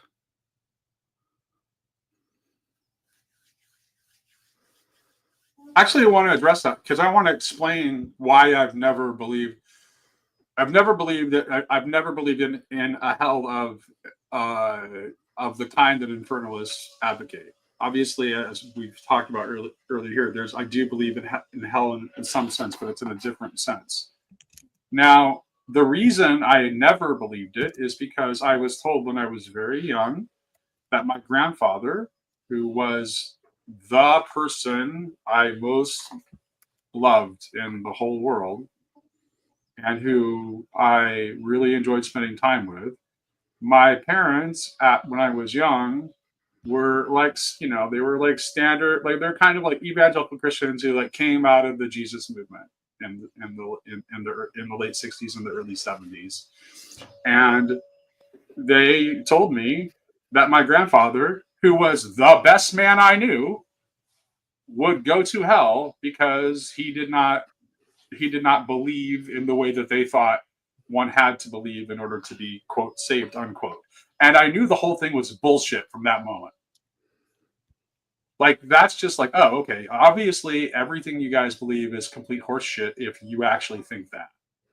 Because I had enough moral intuition to know that my grandfather, who I loved, was a very good man. And any God that would choose to send to eternal perdition a person who I knew and loved and knew to be good was not a God that I could ever get behind. But I never didn't believe in God in some sense. I just didn't believe in that God. And so it took a long time for me to realize that the God I believed in, even then, when I was 5 years old, is actually the God that is revealed in the Bible. Could you say something like, God would never send my grandfather to hell? He would never do it. Could you say that and also say, if you reject God, you will go to hell forever? But then you have to add for an unending duration of time without possibility of repentance. Is that what you mean by hell? I mean, forever and hell. Right. And then you have to add a third thing. And God created his grandfather knowing full well that's exactly where he would end up. That's what I don't accept. The moral monster. Well, the moral monster is that we can deconstruct everything, but that doesn't mean we should stop saying things. I think I've been saying a lot. I don't really see me not saying something. What I'm saying is you're not saying enough, which is you just said these two things could be held together. God loves my grandfather, and he could reject forever and go to hell. But you You didn't don't- say a third thing, which is that God knows that he will end up in hell forever. And I'm sorry, you can't get God Because off you the hook don't need unless to say that. You don't need to say that. I do. You don't I always do, have for to love. put yourself into a theological corner like that, where you have to have Hey, Mitch, limitations to your. Hey, Mitch, is there any line for you that God couldn't do? It would be very easy to get me to deconstruct God's behavior, Mitch, what Mitch, he could or couldn't do. Mitch, can God command that somebody be raped? You have to have operative limitations to your theology. No, I would never say that about God. Why? Why can't you just say two things? He still loves them. So you would say, I think I see what you're getting at, that the operative limitation to your theology is that you would never say something like, if you reject God, you'll go to hell forever. Yeah, exactly. And what I'm saying is that everybody has those limits, not just universalists. Well, and right. And I think also both Jordan and I both assume that although we may not to be able to have like a rational intellectual certainty about things, that we have to believe that reality, and ultimately when we're talking about reality, we are talking about God, because the author is the foundation and author of everything that is real. Then it has to be intelligible, or you're really like Mark earlier. It's like you're really just a nihilist. So don't. Yeah. And I'm sorry, my Calvinist friends, but the Calvinist version of God leads directly to nihilism, because you essentially are saying, because we can't know the good at all, that reality is unintelligible. Yeah, I think Okay. there's a. Well, Mitch. Yeah, Mitch. We're gonna move on to Chezi. Sorry, buddy. Continue it more later. Nate, I'll also say, just while we're waiting for somebody else to come on, don't you think though that certain forms of Calvinism are still rationalist? Yes, for sure. They're very rationalists. Yeah, Yes. they're just rationalists in theology in a primarily negative way. Like there's a very definite But view they of do God, always have that right? failsafe, though. They always do have that failsafe because they believe that the reason has fallen. And that failsafe of theirs, as far as I'm concerned, but they know that through their fallen reason. I mean, Yes. I mean, Whenever you absolutize these things, it's the Ouroboros. All right, Chezi, what up, buddy? Yep, you're muted, my friend. And while you unmute, I'm going to say excellent jacket. Thank God. And as he always is so stylish. praise the Lord. Thank you all for putting in the time and into this. These things are great. I'll be short. Oh no. Oh no. You went dark in all the ways. That was short. You were short. Amen. Shoot. Oh, no. Well, Chezi, if you can come back. Okay, let's do some. Jordan, I would like to ask you. Oh, he's back. Heze's back. Can you guys hear me? Yes. Yeah, we can hear you. Hello? Yeah, gotcha. Yes. You can hear me? Okay. Yes. I can't hear myself, but I'll just trust that I'm making sense. There's a lot of the conversation over here with regards to the universalism. Obviously, in a Jewish perspective, right, this all is under the rubric of the Noahides, right? Everyone over here already has a place in the world to come, because as far as we're concerned, we're all God-fearers, and you're all already participating in what God is expecting from the world in a certain sense. However, in Judaism, obviously there is, and in the Old Testament, there's definitely a discussion with regards to what's going to happen if we don't pay attention, if we don't listen, if we don't follow the proper orientation. And those are quite intense verses. I would say, though, that there are two great sages that one which is ultra-Orthodox, would be like to one extreme, and one would be more modern Orthodox, who both came out saying that originally a lot of these decrees, a lot of these verses, and a lot of these warnings are really here to put us in the straight and narrow, more as a warning, more as a guide to make sure someone is in proper orientation. However, at this point, when we see that that no longer moves the people to get closer to God, there's no point of using that kind of language anymore because it's no longer effective. And we have to realize, both as participants now in our respective religions, but even back then, that the relationship, while we're still connected to the same core, the relationship matures.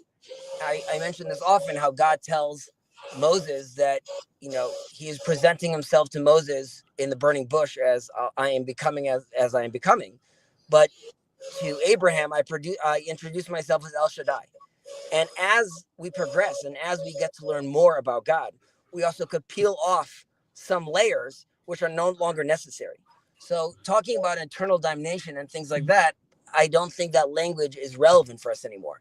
Is it true that people could be damned? Yes. Are there consequences to bad decisions? Yes. Ultimately, God will rectify all.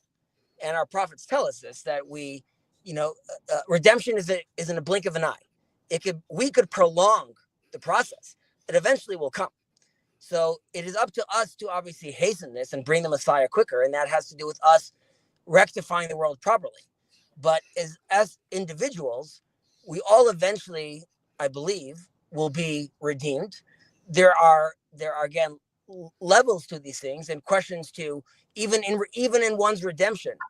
The more one has allowed himself to be purified, presumably that is a vessel that will be able to contain more of God's glory in the end of days. Obviously, these are all loaded terms, but I believe everyone gets redeemed. And we have to realize in today's day and age, when we're on a quest to bring everyone closer towards recognizing God, that language of hell and damnation is just no longer necessary.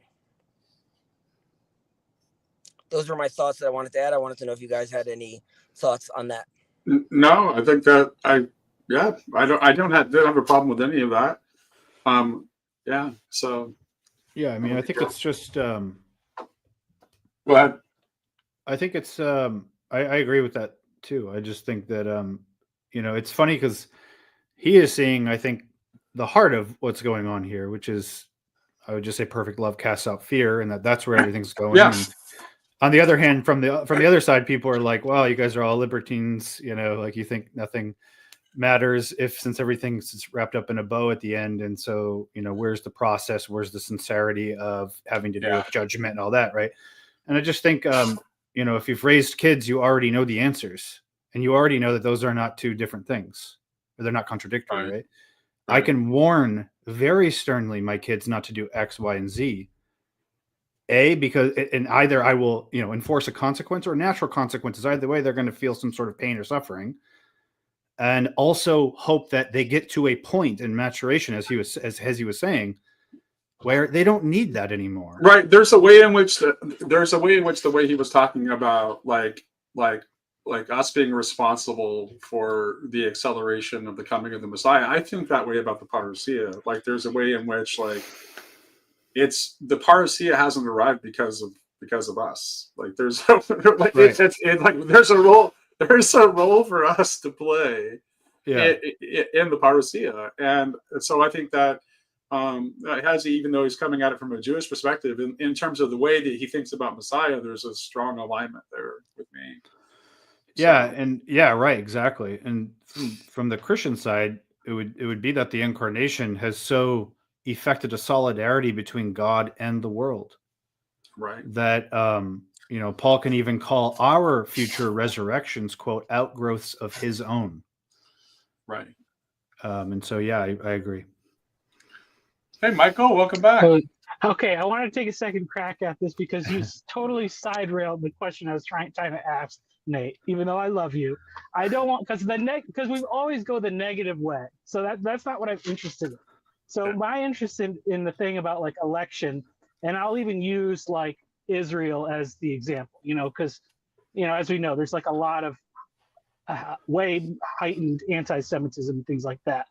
So for a virtuous person, someone who loves their children and loves their neighbor and all these things, they're not living in fear of hell.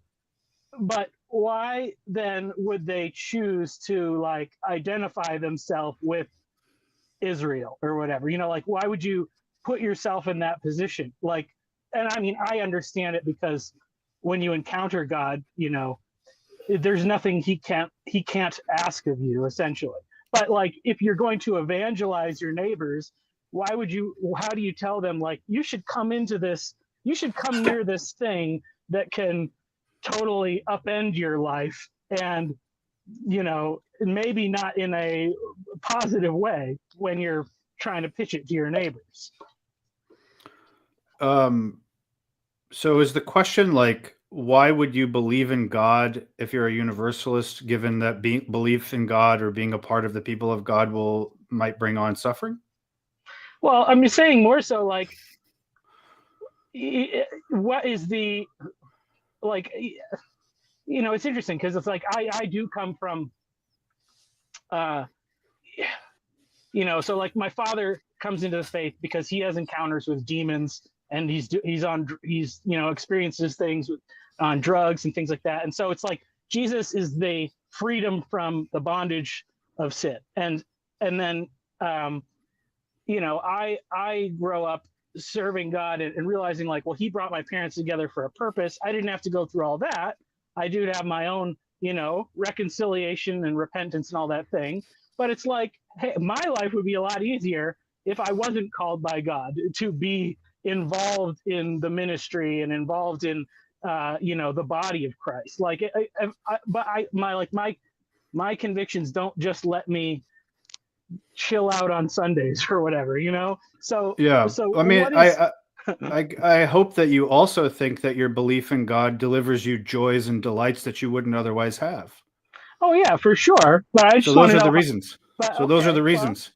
I mean, like, it's like I don't know. To me, that's just such a different way to frame it. I don't really relate to it because it's like, it would be like asking, why would you get married and love your wife if that's going to entail all of these travails, and you grow old together, you got to take care of each other, you have kids, and that's all obviously very annoying sometimes. There's a lot of work, and my life in a sense would be easier if I just was like a bachelor, or I went off and sort of didn't have all these responsibilities. But the answer to that is not, well, I should believe that if I don't do these responsibilities that I will suffer something even greater. The answer to that is, it's worth it. That's the answer. The answer is, you take on the responsibilities not just to be a responsibility taker honor. you take them on because what you will get out of that, the profundity and the delight of true love, is itself its own absolute justification that needs no further reason. Okay, so just to say, how do you evangelize your neighbors? What do you tell them about Christ to spark that joy? I say, taste and see that the Lord is good. And whatever you think is good isn't, and will not give you the satisfaction that only God will. I mean, I don't know what else there is to say. It's why doesn't Paul ever talk about hell in any of his letters if it's so important to the gospel message? Well, I mean, I'm like, so just to give context, like, I mean, I'm totally on board with everything you're saying. Like, because and this is me, like, I grew up, I didn't learn people thought you could, like, lose your salvation until I was a teenager. And then I was like, wow, this is scary. And I saw, like, how that, I would say there's a lot of behavior management that gets, that's a reason for a lot of doctrine or whatever. And ultimately, I don't think that's good, because the fruit that you get from it, it may spring up quickly in the immediate term, but it doesn't have those roots. Yeah. So, so I mean, you don't have to give the answer now. I wrote a book wrestling with these things, but like, I mean, it seems like, is there a mode or whatever that the church should be, like, operating in that I don't know, repairs the work of the kingdom in the world, like, or what, maybe like a direction you think, what's like the direction that maybe people who aren't all the way on board, like, what's the nudge that we give, I don't know, normie Christians or whatever? Yeah, I mean, I think it is just I don't know. Like, it's interesting. It's like whenever I've had like in-depth conversations with people about this, they see the inherent beauty of the vision itself and they're compelled by it. Like they don't need anything else. And I've had lots of people, despite maybe some of the comments in the chats here, but there's been lots of other people that have written me messages in all kinds of forums saying that now I can maybe be a Christian again. Perhaps now I actually know what good news is. Mm. Now I have a new vitality to my prayer life I've never had before. And I get it. When we're like talking on here, people don't say, all they see is cerebral stuff. I mean, that's fine. That's a judgment you're making more or less in ignorance, as you don't have any idea where this came from. But there's not you, by the way, Michael, but I just mean other people. But yeah, I just think it's, God is light, and then there's no darkness at all. And he will draw all humans to himself when he is raised up. And that the sort of love that God is will be the only and final justification for loving God. And if it's anything else, then I guess either God alone is not sufficient to convert everyone, or else he's not satisfactory for us and he won't fulfill us. And I don't believe those things. So I guess in that sense, I just go back to the more original sense of witness. Look, what could be better, right? That kind of appeal, right? Mm. And so in my experience, not with everybody, of course, but in my experience, that actually is extremely practical to people. Yeah, I don't know. I'm not sure if that really goes towards what you're saying. I mean, this is like, to me, it's inherent. This is inherent in the articulation of this conversation around these themes and topics. It's not just to like show, oh, look how intellectual I am or whatever. For me, it's always been fundamentally existential. It's not an intellectual thing for me at all. It's Paul in Romans 9-11 agonizing over what he seems to think initially. I mean, he might not have thought this, but what he sees can appear as God's unfaithfulness, which is to say, then he can't be trusted, or you can't put your faith in him because he isn't reliable. Right, in the view of the situation he's dealing with there, and of course where he ends, as we know, is Romans 11, 32, which is I think universalist. And so the very process of him wrestling through what then is God, is he unfaithful? Is he reliable? Has he cast off his people forever? No, actually, he's working out. In fact, that draws other people, and then when they're drawn, it sort of motivates these people. And this whole thing is God pulling all these guys together, all humanity together, using their very rebellion in order to convert others and so forth, right? And then that's why in the end, all Israel shall be saved, right? And God consigns all over to disobedience so that he might pour forth mercy upon all. Like, that's to me the sort of dynamism of this conversation, as it leads to that kind of conclusion. And that vision is itself a final sort of compelling motive for faith. I think, Michael, thank you. Cal's been waiting for a while, so I'm going to go ahead and take you off stage. Thanks, Michael. Cal in. Cal, can you hear us? Hey. Oh. Man, I am so nervous. Yes, can you hear me? Yeah. Yes. Can you hear me? Okay. Yeah. I'm really nervous to talk to you because, I mean, we've spoken before, but I read your book and on Christology and Maximus. I don't know how good my connection is either, so apologies if it's not good. I'm one of the JDW super fans, which you may not have known exists, but we're out here. So all two of you. I'm a recent convert to I'm a recent convert to Catholicism, like November of 2 years ago now.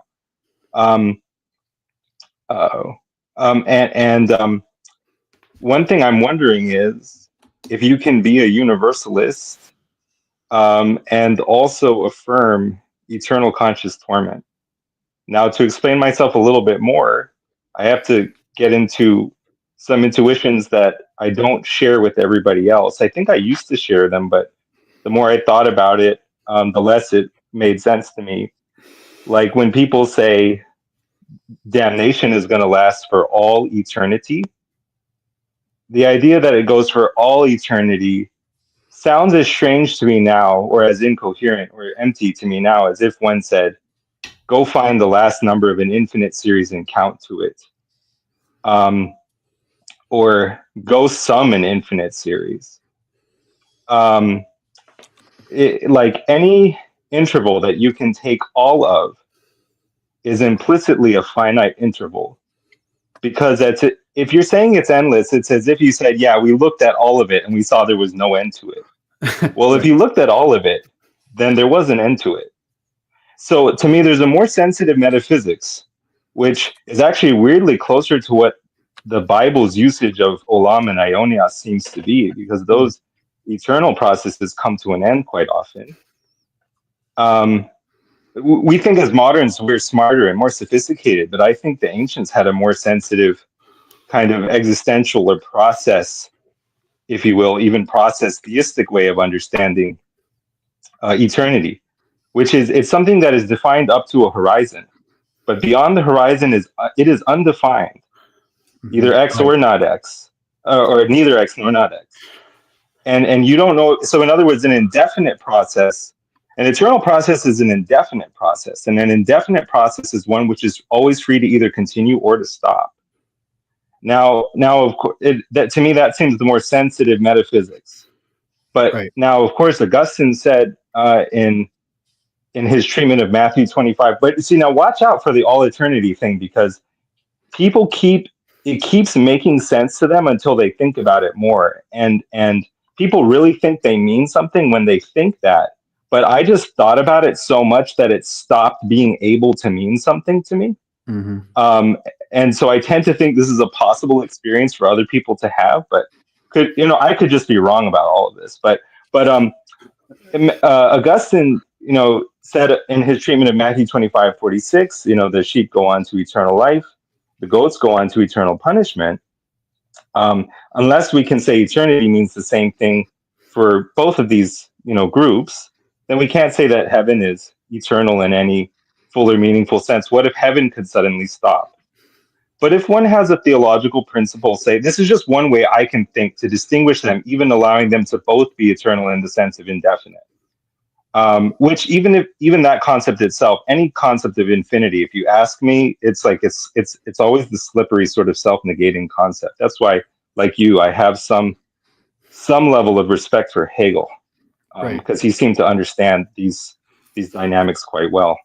But one difference I can note between the eternity of the sheep and the eternity of the goats is that God may have an interest in prolonging one and not prolonging the other, because one is per his permissive will. Death is not what he desires as an end in itself. And it has to be understood as death, or the negation of identity on some deep level, even if we're not annihilationists.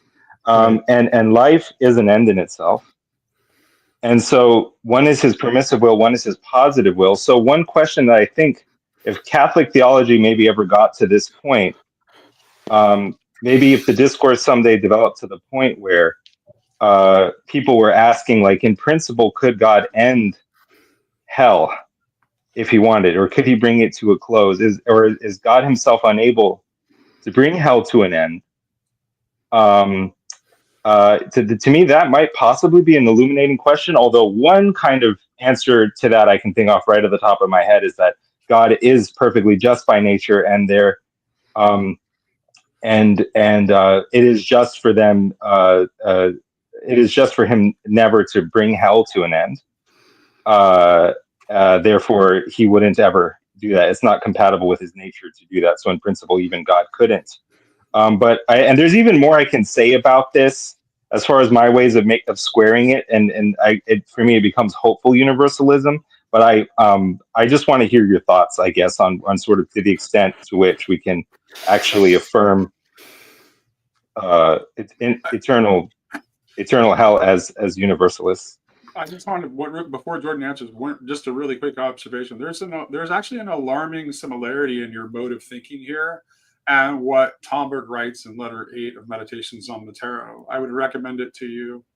Just even if you just read letter 8 and see the way he deals with that, he actually specifically objects to a notion of eternity that ties it to quantity, and says that that's where we go wrong. And then he actually has this beautiful passage where he talks about the way in which Gethsemane actually defeats eternal hell. So, yeah, thank you, Cal. That's great. So it's very easy to overlook, as you're indicating, that aeonios and even eternus in Latin and all these other cognates really are relative terms. That is to say, they're mostly negative terms. They are that time or age or realm or whatever that is not this one, right? So they're always spoken from a perspective. And that goes really nicely with what you're saying, is because as it were from the inside, something can look like it has no edges or no ends, but that the judgment primarily stops in a negative one. It's just indefinite, undefined for me. I don't see it, right?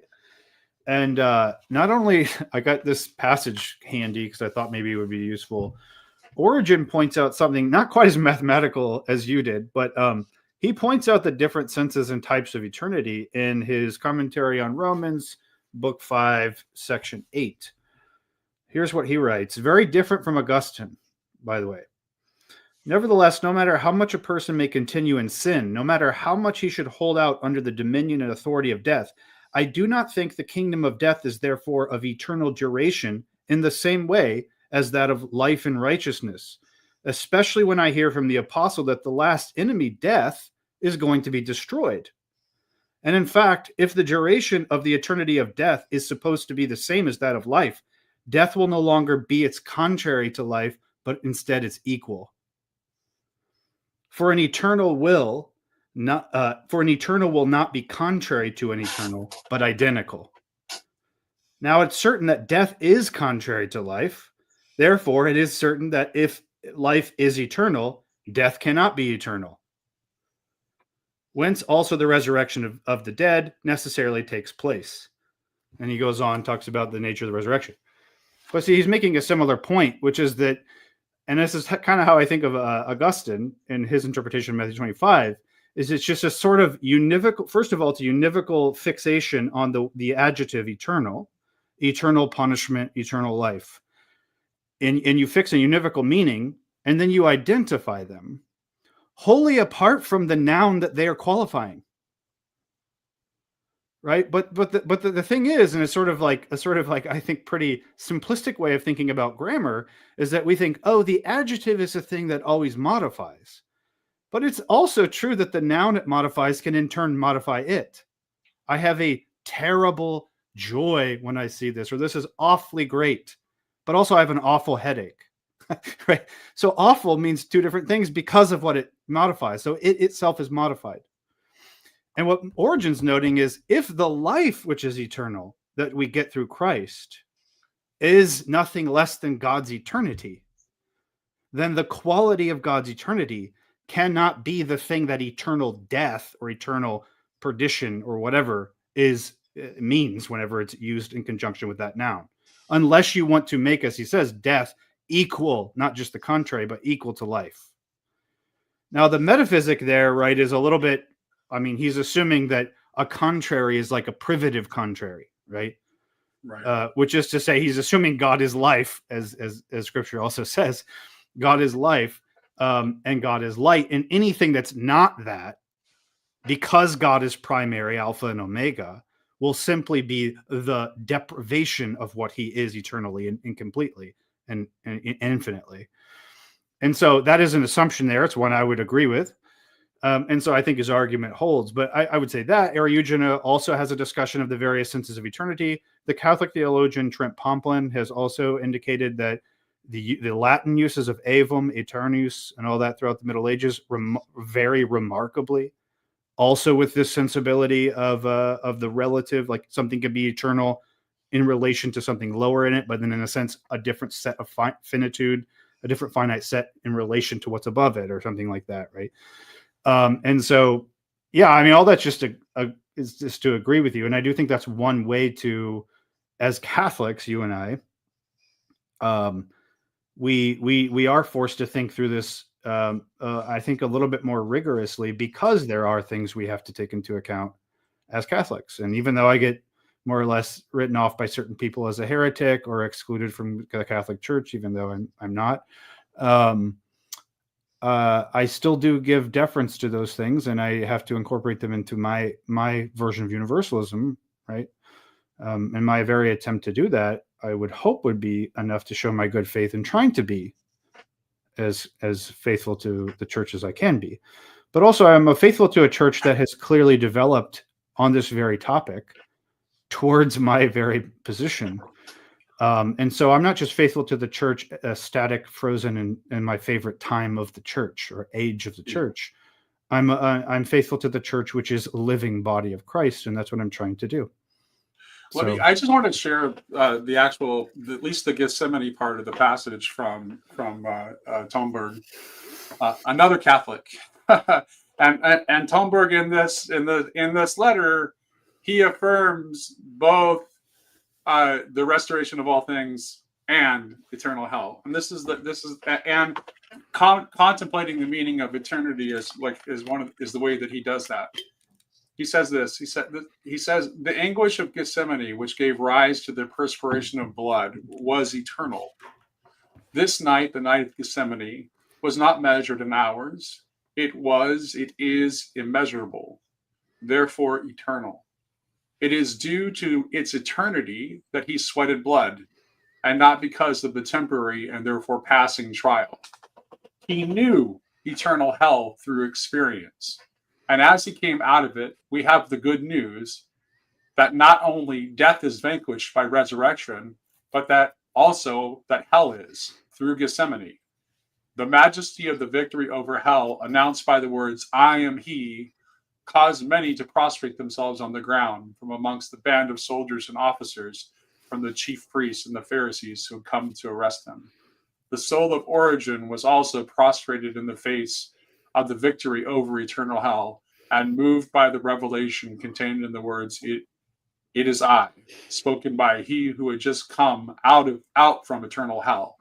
This is why Origen himself knew with certain knowledge that there would be no damned at the end of the world, and that the devil also would be saved.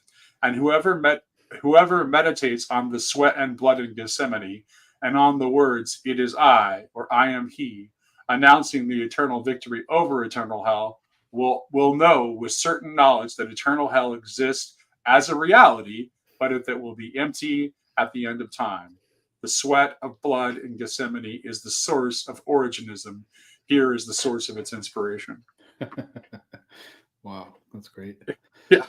Is there another question behind me, or do I have time to respond? You can respond, and then we'll let Matt's lurking, but we'll let you respond. This is fascinating, because what it's all getting to is the kind of the central mystery that we have to contend with by holding two things in tension. One is like the reality of process, and the other is the reality of God's foreknowledge. It is as if God has seen all eternity. He has divided by zero. He has completed the never-ending process in what he knows. But no one can really imagine what that involves. But somehow we're required to hold both of these two things in tension. What I noted from the Tomberg thing was the immeasurability of Gethsemane, and the way that the present moment is by its nature immeasurable. You can't measure the present except by what it isn't, namely the past. And so there's the way that every moment, every now, sort of is now until it isn't. And when it's over, it's seen. I like to put it like this. You have to read it, because that actually matches what he says. That actually matches what he says a few paragraphs before, as he's establishing that, as he's going into the argument. So yeah. suppose suppose the present is a superposition which, when it ends, is seen in retrospect never to have been a superposition. You can go into the condition of indefinite suffering, and when it ends, if it ends, you see you were never in hell. But when you were there, when you were in it, it was hell. So there's something here that the actual is carving it at the joints, the existential tension between two perspectives, a classical theism perspective and a process theism perspective. And the key, I think, would be that the transition from the indeterminate superposition to a position cannot itself be plotted according to the measurement proper to either.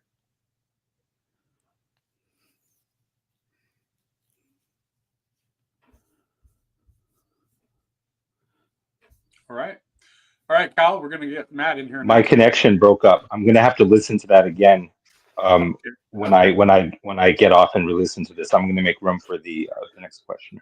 Thank Good you, to see you, Kyle. both of you. Yep. Hey, Matt. Hey, thanks. Is my audio okay? Perfect. I can hear you. Wonderful. I'm very nervous to be here. JD, honestly, I have no idea who you are. Good. I'm very nervous to talk to Nate, and the people in this corner there's a lot of Gandalfs of Universalism over here. And so I know I'm going to do a terrible job of asking any kind of question, but you seem like a very nice guy. You seem very smart. So I'm very much looking forward to it. I'm not. Yeah. Probably going to flatten me out in seconds. But my understanding of, okay, I'm trying to understand what Jesus did in his earthly life, his death, his untimely murder. Why was he lynched and murdered? Why did he experience hell in Gethsemane? And I hear that he took on our humanity. But I also hear that he does not take on, and this seems very important, and please correct me on any line of this, because I'll land the plane quickly. But I hear that he does not take on our sin. That's something we have to pay in purgatory. So I don't see how he experiences hell if it's not on our behalf, and I don't understand how he takes on our humanity if he doesn't take on our sin. Because we have to pay the full price in the hereafter. So that's where I'm at, and I welcome any feedback or correction. I mean, I think he only experiences hell because we create it. So it's not like that. In fact, I would say it's the solidarity. It's the very fact that in the incarnation, he so binds himself, to quote Romans 8, to the likeness of sinful flesh. But he himself is not sinful. So his very body is already, as it were, affected and shaped, and therefore is a response to our sin.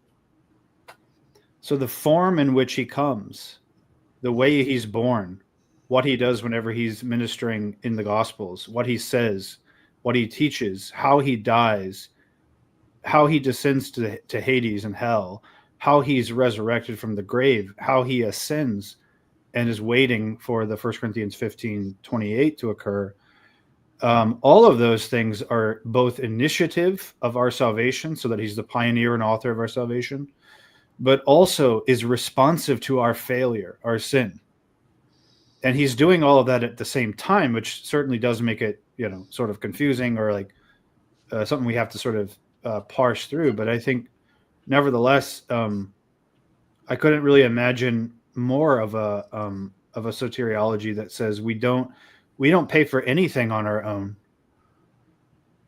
because he is always there enabling us. Even in hell, he's enabling us by his grace to be redeemed and sanctified. That's why he's there.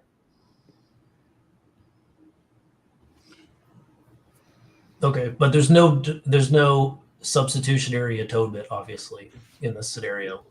There's substitution in the sense that nobody could be the author and pioneer. But the form in which he is the author and pioneer is that he makes all of us his body. So that even when we're persecuted, as Stephen was, he says, Lord, Lord, why, or Paul, why, Saul, why do you persecute me? Or whatever you've done to the least of these, you've done to me. So he's identified himself with us so much that what happens to us happens to him, and vice versa, which is why he can take on death, which is our death, but then we take on his resurrection. So I think that's where I would go with it. Like the substitution is effected as universal solidarity. We couldn't do that on our own, and so in that sense, he substitutes for us. But maybe it's different from penal substitution, if that's understood purely in a sort of I also juridical think it's way. important to understand. Don't worry, I didn't use penal. Don't worry. Yeah. I figured. Yeah. No, No, I it's know you're going to get me with that, so I didn't. No.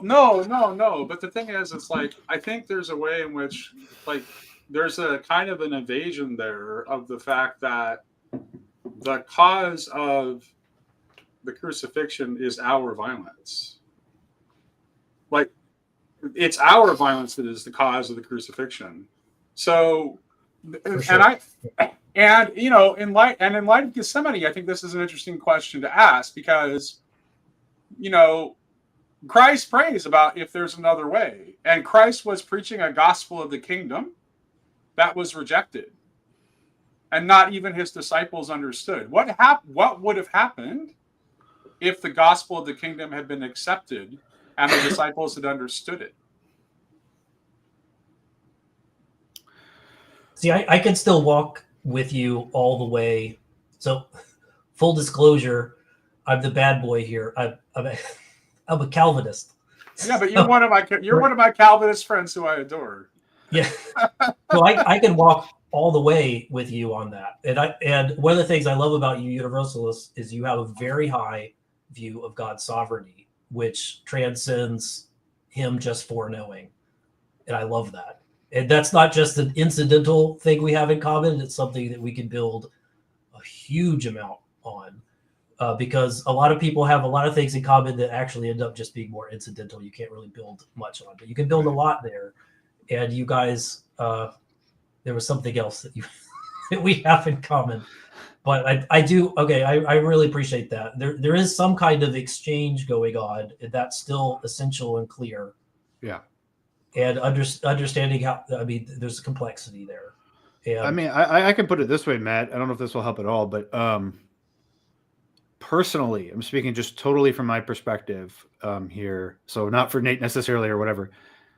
I don't know if I would be as confident of a universalist or even one at all, were it not for the incarnation. Yeah. Because for me, that is the fundamental condition of the very possibility of anything like salvation from this world as I know it and as I experience it. And so in that sense, the substitution is in fact just simply the ground of new creation. Yeah. But to strengthen your argument, JDW, you're not just saying that, you're also saying that he is the pioneer and founder of something. Right. He's the alpha and the omega in that sense, right? Yeah. He's the totality of it. In fact, that's why he can join himself with every moment of the process in order to effect the total, whole, complete will of God at the end.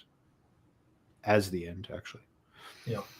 But do we want? I appreciate that. I'm not going to filibuster. Just one other thought about the substitution and the fairly obvious context of sacrifice. It's like I don't really. If you're thinking that that what's going on is God's sacrifice of Himself to Himself, that doesn't seem to be quite right. So part of the substitution is part of what has to be involved in the idea of substitution is we have all of our cultures are built on sacrifice, and we are the ones who are doing the sacrificing. You're going to get me here too. I know where you're going. You're going to get me here too. Okay. For the sake of the chat, let you go. And so, and their violence because of our inherent violence. So this is actually connected to the remark I made earlier about like Well, the cause of the crucifixion ultimately is our violence. And that causes us to have our inability to escape from sacrifice and violence lead us into things about God that are actually alien to God. So part of what is going on in this substitution is like God becomes the one who sacrifices instead of us to end our need for sacrifice, to change the ground from a ground of scarcity to a ground of plenitude, and also like Christ and submitting to him and going through with being crucified reveals to us like the kind of evil mechanisms that drive our like lowercase world, the closed world, so that we can now see it for what it is. But we still have to get around to at some point. The gospel about Jesus is not enough. This goes back to the comment I made earlier about the delay of the parousia. At some point, we have to actually accept the gospel of the kingdom of God that Jesus was preaching and that we rejected. Yeah. Again, very much with you there. Okay. Yeah. I thought I was being pretty radical and expected pushback. So no, this is more Nate's the Gandalf the White stuff that you came back from the other side with. That is just great and glorious. So, you're welcome. Okay. All right, thank you so much. I appreciate good to talk to you it. as always, Thank you, Matt. JBW, for Nice letting me meeting you. not know who you are. I really appreciate it. It doesn't matter to me. It's fine. I got kids. All right. I'm over that. Aaron should probably be the last one because we've kept Jordan for over 2 hours, 2.5 hours already. Hi, can you hear me? Yes. Yeah. First of all, thank you for your knowledge. I think the only thing, and I don't know if this has been addressed yet, but the only thing I can kind of see hell as a metaphysical reality. So I kind of walk my way to affirming it as it exists to a degree, because Jesus says that there is a place outside of him that is of gnashing of teeth, like a place that is like insanity or no life. So my question would be, if I guess the hard thing for me is that I feel like there are things that can be outside of God, like evil is outside of God, and when I can't say when we pass away, where do we go? But as far as this reality here, it seems as though there are things that are, outside of God, if that makes sense. If something is real and also outside of God, then God doesn't create everything that's real. Mm. And so he's not the sole creator of all that is, was, and shall be. So I would have a metaphysical problem with the idea that outside of God means literally separate, disconnected in every way from God's causal power. Because then we're just saying that God is not the creator of all things. Mm. Because you're saying hell's a thing and it's not created by God. Now, if it's created, go ahead. Well, I was going to say, like a spiritual reality.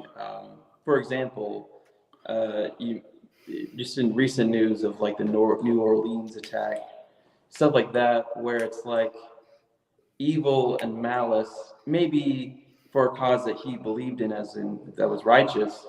It seems as though without Christ, there's like sort of, I don't really know how to describe it, but there's no life to it. Like what that person did was evil. Yeah. Because I mean, if it could be neutral, I guess it would be like some sort of argument for like there is no God because there are people just doing things. Right. But I see it as the things that person was doing was doomed to fail because it is evil. It doesn't have, God's life, if that makes sense. Mhm. You know?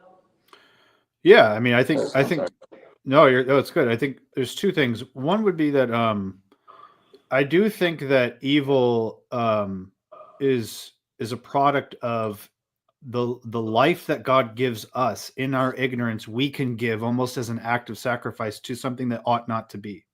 Mm.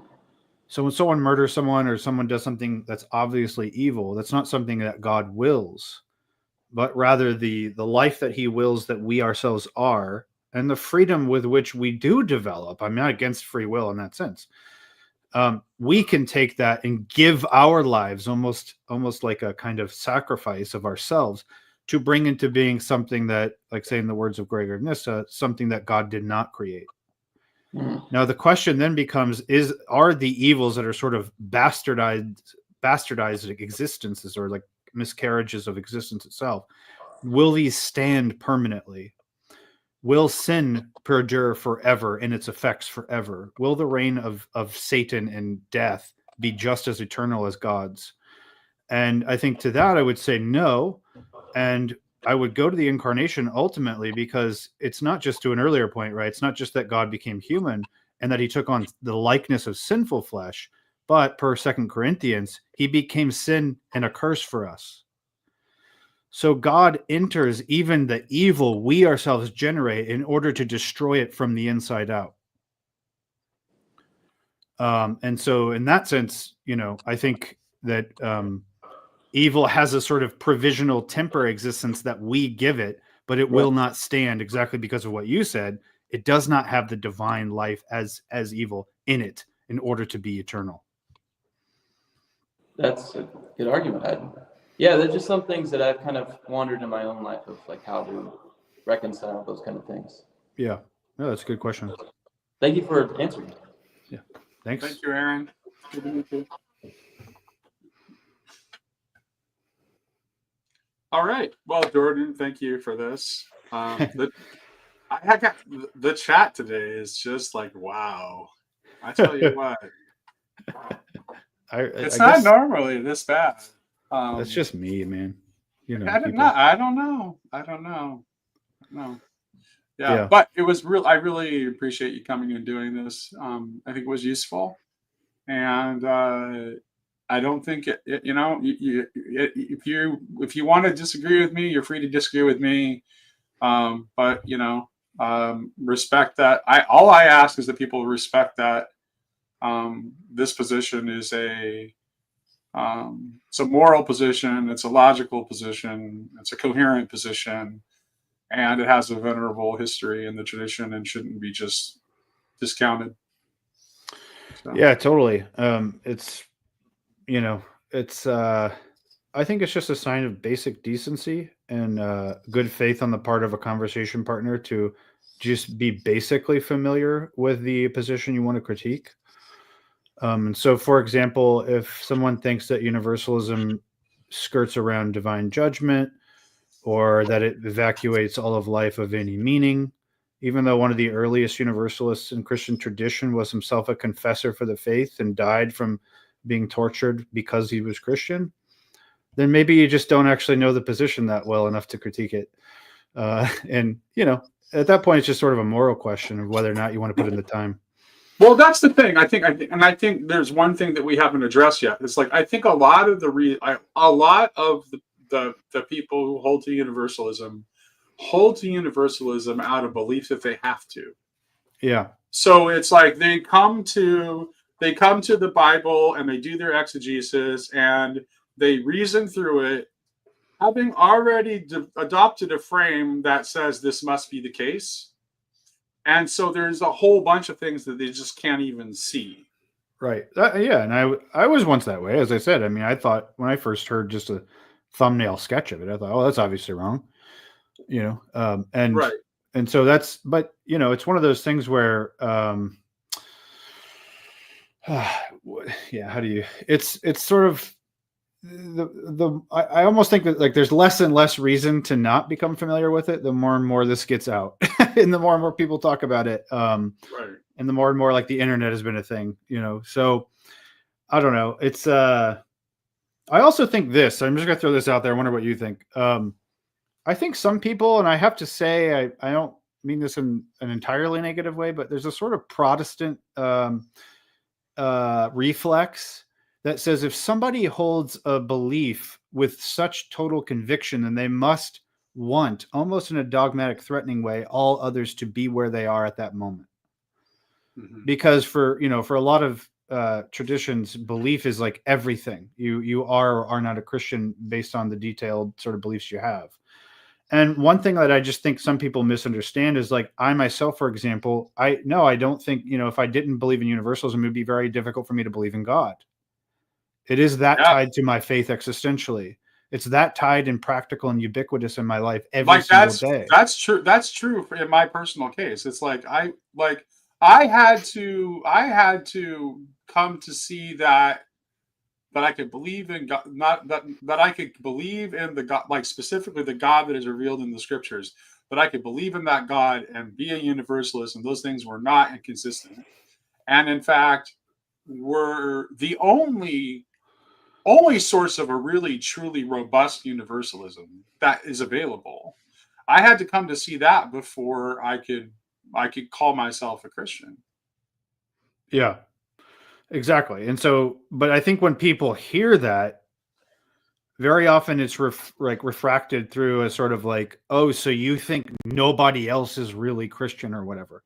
Right. And it's like, no, what I'm saying is I couldn't be that. I mean, it's like, am I allowed to make a sort of statement of personal conviction to that degree without it being automatically threatening to you? Right. And that's, I think people just don't, it's like a very flat line. It's always like, no, we're all sort of in the same boat or we're not. And then we sort of fight and stuff. Yeah. But yeah, and I think that's, there's a lot of stuff. Like Mark says here, the problem with this argument back and forth between the two sides is that neither grapples adequately with the totality of human experience. That just like doesn't mean anything to me. Like, what are you talking about? The totality of human experience. What's the critique there, right? I mean, it's like, I think that God himself became sin and a curse for us. So little do I think we can get around evil and suffering. But I also think he's resurrected, ascended, and will transfigure all things. So little do I think God is. Well, the other thing for me is right? The other thing to me with Mark's thing is like, it's not an argument for me. This is like the single most fundamental moral intuition that I have. Yeah. Like, I don't know if you're talking about love and the good, and you include some sort of like eternal perdition in that picture, I don't know what you're talking about.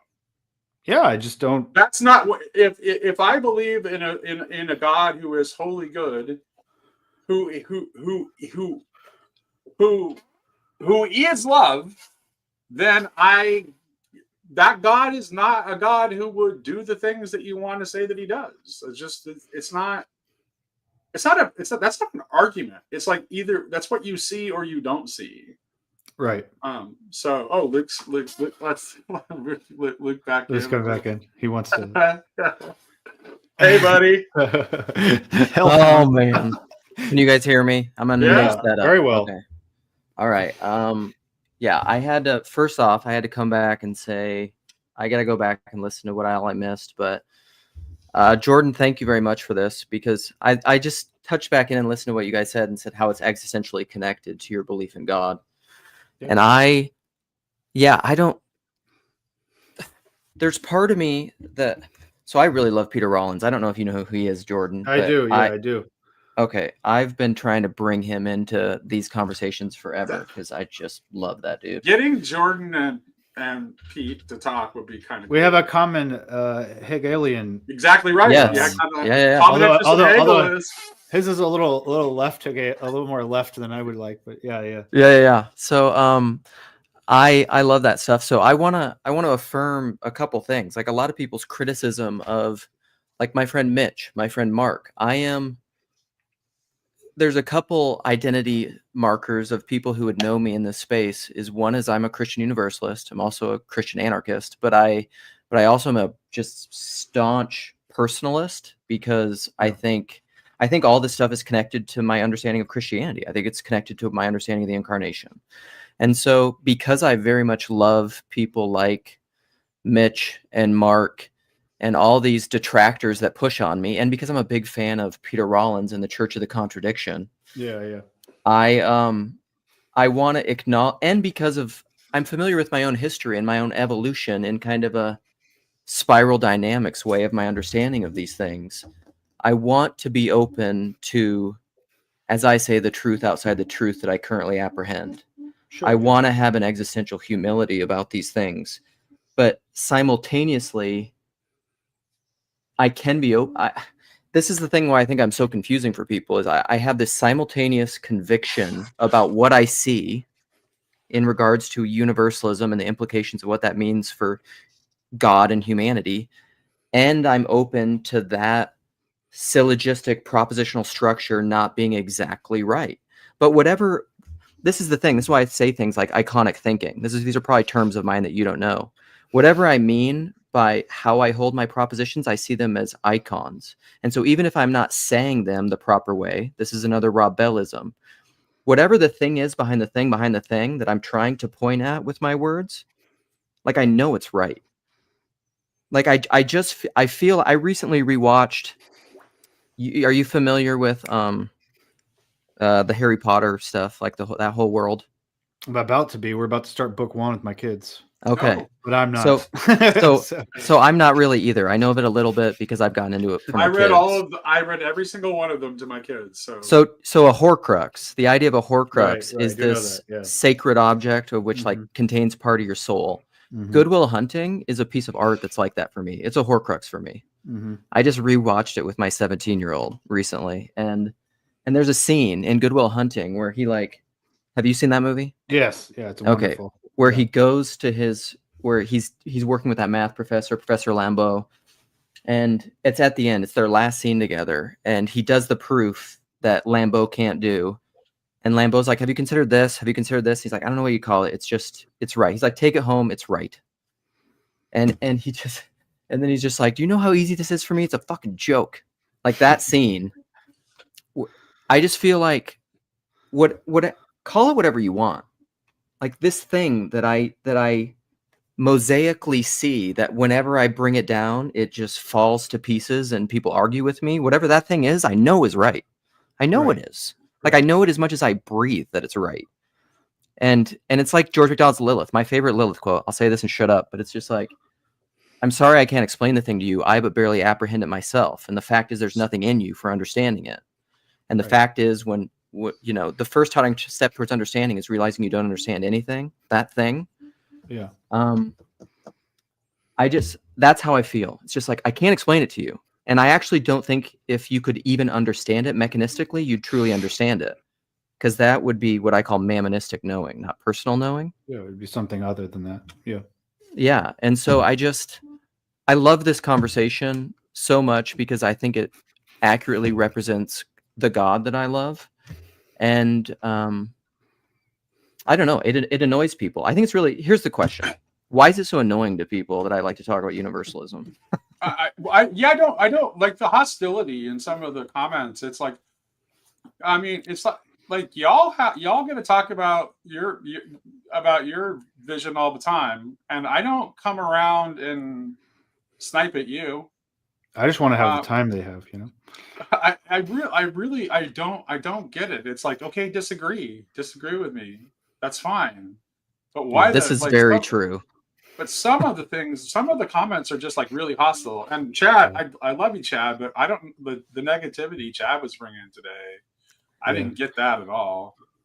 I think what Chad is bucking at is the absolutized universalism, the colonizing universalism. Look, here's the thing. I think people that are typically most supposedly anti-totality, anti-synthesis are just unreflective people. Like, and here's what I mean. I don't mean they're dumb. I don't mean they have low IQ, none of that. What I mean is, who is not doing that? If you say we can never synthesize, we could never know the whole, then you know enough of the whole to know it could never cross the boundary of the fragmentary. How do you know that? Yes. How do you know that? Because you too are shooting for the moon. That's why. Why? Because you're a human being. That's what you're supposed to be doing. I mean, I don't think you have a choice but to do that. And someone like Nietzsche gets that. He knows that too. So we trans value because speaking of which, I mean, there's a comment just now to tell me to stop calling people nihilists. It's like, I will call people nihilists when what they're saying is also nihilism. Also the thing is, like, nihilism is it's an internally coherent perspective. Like, it doesn't mean it's stupid or dumb or wrong. It's an actual claim on the whole. You're just exactly right. If you're saying reality is incoherent and incomprehensible, then you're a nihilist. Yeah. Let me speak for that. I think the problem is identity, though. And identitarianism, because when you call people nihilists, it feels like an attack or an ad hominem thing, which whatever, that's kind of on them if that's the way it's being received. But like you could technically, like, this is nihilism. I would say you are speaking as someone who would affirm the position of nihilism. It's like the Big Lebowski. These guys are nihilists, man. They don't believe in nothing. Yeah. I mean, look, I don't know. I think it's like I don't know. Honestly, guys, it's just sort of a lot of, you all know, I mean, people just speak mostly out of their own insecurities. It's just the way it goes. And it's like, if they see you really thinking hard and sort of precise about something, somehow that drums up some insecurity in them. I just can't control that. Like, I don't have time for that. What am I supposed to do with that? I mean, I grew up in an entire tradition that was fundamentally anti-intellectual. I mean, like, you're not going to surprise me with all the reasons why I should stop thinking about God. You're not going to surprise me about all the reasons why we can't know what we know. But you, of course, could know that very securely and absolutely.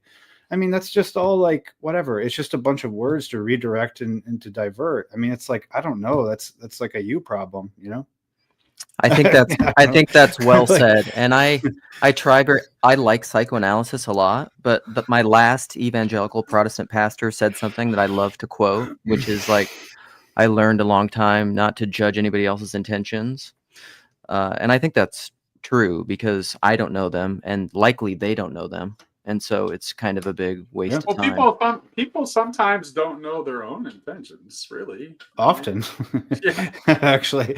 Yeah. I mean, I don't either. So, okay. We have a new person in the back, but I need to make sure I don't know you. And so I have to make sure you're not going to come on and flash pornography. Okay. I see you. I got it. Good. We're good to add him. Geoffrey, what up, buddy? He's muted. Yeah, you're muted. You have a question? Geoffrey.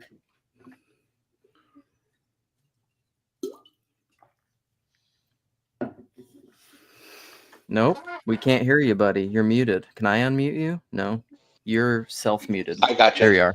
Oh, here he is. Yeah, hey. I wasn't really sure what you guys were talking about so much, but I was just wanting to join just to listen because I just joined, obviously. Where did you? So this is a conversation we're having about questions about hell related to Christian universalism. How didst thou comest here? Through what medium? YouTube. Whose channel? Perchance. I really don't even know. One of the three of you. Okay. Well, it's either Grail Country or mine, but so I'm always curious as to how people come. Are you familiar with either Grail Country or my channel or the little corner of the internet, or are you just the algorithm? I think it was just the algorithm just me going to live because I like listening to live conversations. I gotcha. Well, welcome. Cool. Can I since we're having a kind of a Q&A type thing now, and I have a friend who's here to ask a question, I'm going to take you. You can stay and listen, but I'm going to remove you from the screen and add my friend Tayo. Okay. Sounds good. All right, buddy. Tayo always brings solid oppositional processing. So don't set me up to fail, Luke. No, I don't. That's not true. Just pretty much. For a bit. Firstly, big fan of JDW. I saw you. I'm a big fan of Tayo. Just wanted to say it really quick. So. Thank you, Nate. Yeah, I saw Jordan basically pull Larry Chap out of the Universalist closet. I know. He was way bolder than I was in that conversation. I was like, wow, all right, let's go. Yeah, but I thought that conversation was great. I don't know if you guys touched on it because I've not been watching it for the past 3 hours fully. But my question that Nate helped me to formulate, I think, touches on why there might be some pushbacks that you guys were speaking on earlier, which was something like, Nate, help me out. What's the spiritual usefulness of promoting universalism? I think that's something like that was what we said. Let me actually, I think I have it in the notepad here. Yeah. Okay, so this is actually how we kind of like worked it out together. So the question Matteo had was, if universalism is true, is it spiritually wise to proclaim? Which is, we kind of touched on that a little bit earlier when we talked about the kind of early church tendency to like kind of privately hold the universalist positions but not want to put it to the public. So what do you think? Well, I think the usefulness is that some people. I'll just tell a story about this. One time, I had a pretty good friend who had just gotten married, and they were having they were thinking about having a child, and then they eventually did get pregnant. And he called me one day and asked if he could drive like 5 hours to my house to talk to me because he was in such despair. And the despair was, now maybe a lot of people don't relate to this, but the despair was he couldn't imagine the guilt of bringing somebody into the world that might, and in fact, in the end, if the person might end up in eternal conscious torment forever. And so what he was struggling with was the way that eschatology, I think if thought rightly, immediately and directly affects our day-to-day existential perception of God. And in this case, it was overwhelming him to the point where he couldn't pray, he couldn't do anything, he couldn't go to work. Now, there could be other things as well, and this is an extreme case. But he did come. We talked for 7 hours that day, and now they have 4 children. So I like to take credit for their but it's like, it's an example of like,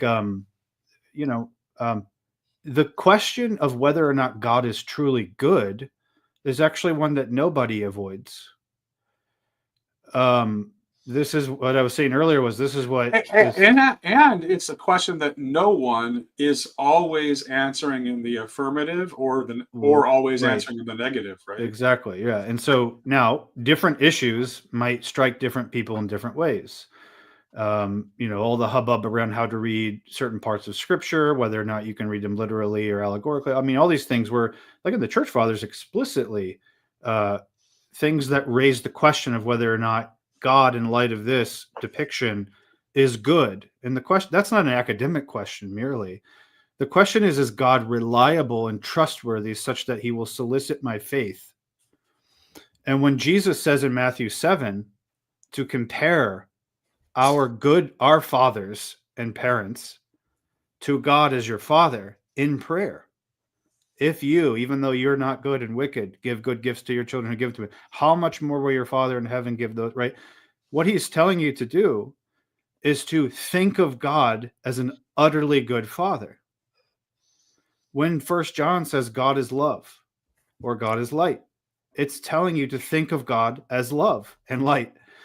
And so those are the things, like it's actually because of belief in those things that then when I encounter a difficult passage in scripture, a difficult circumstance in history, or a difficult ending to the story supposedly that we're telling, then it's the very conviction that surely God is good, is light, is merciful, is infinitely, all these things that I believe about God because I've been told to, those are the very things that drive my specific questions about, say, universalism. Now, it might not strike everybody that way, right?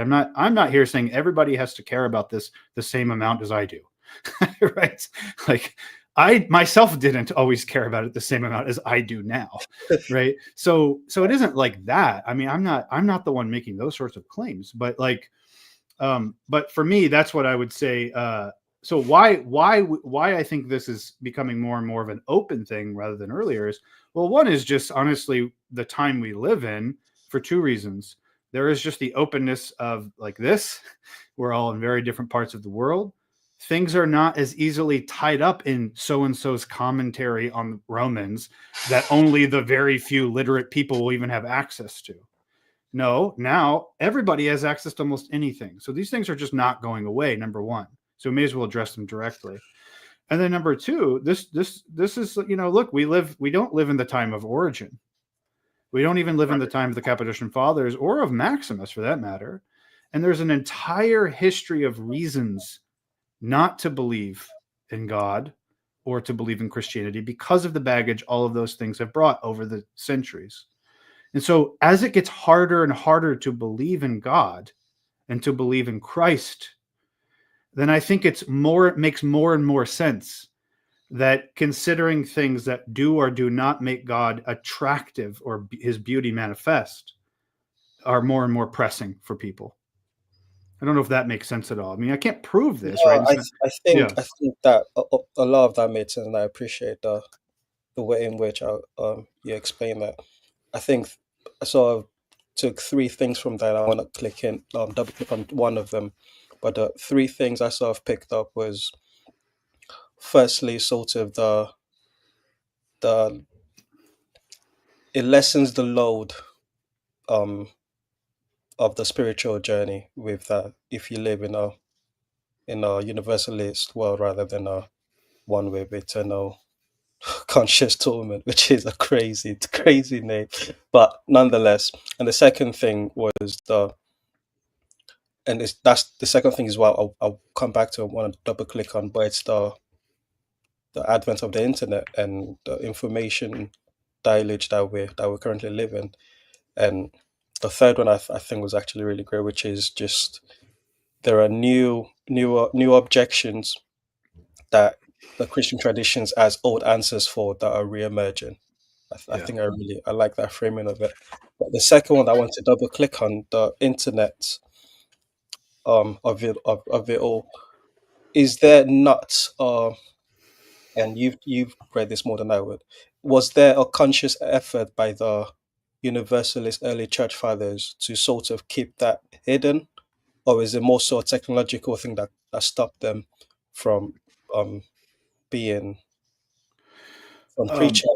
And I asked that because is there a lost wisdom that we're not considering because we've got the tool of the internet to, talk about anything that we want to talk about, of talking about too many things public?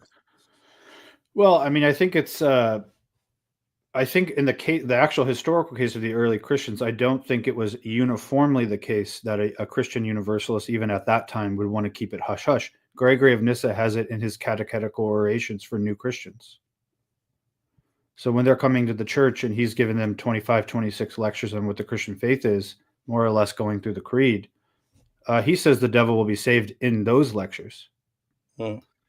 So he apparently didn't think it was something that newcomers can't ever handle.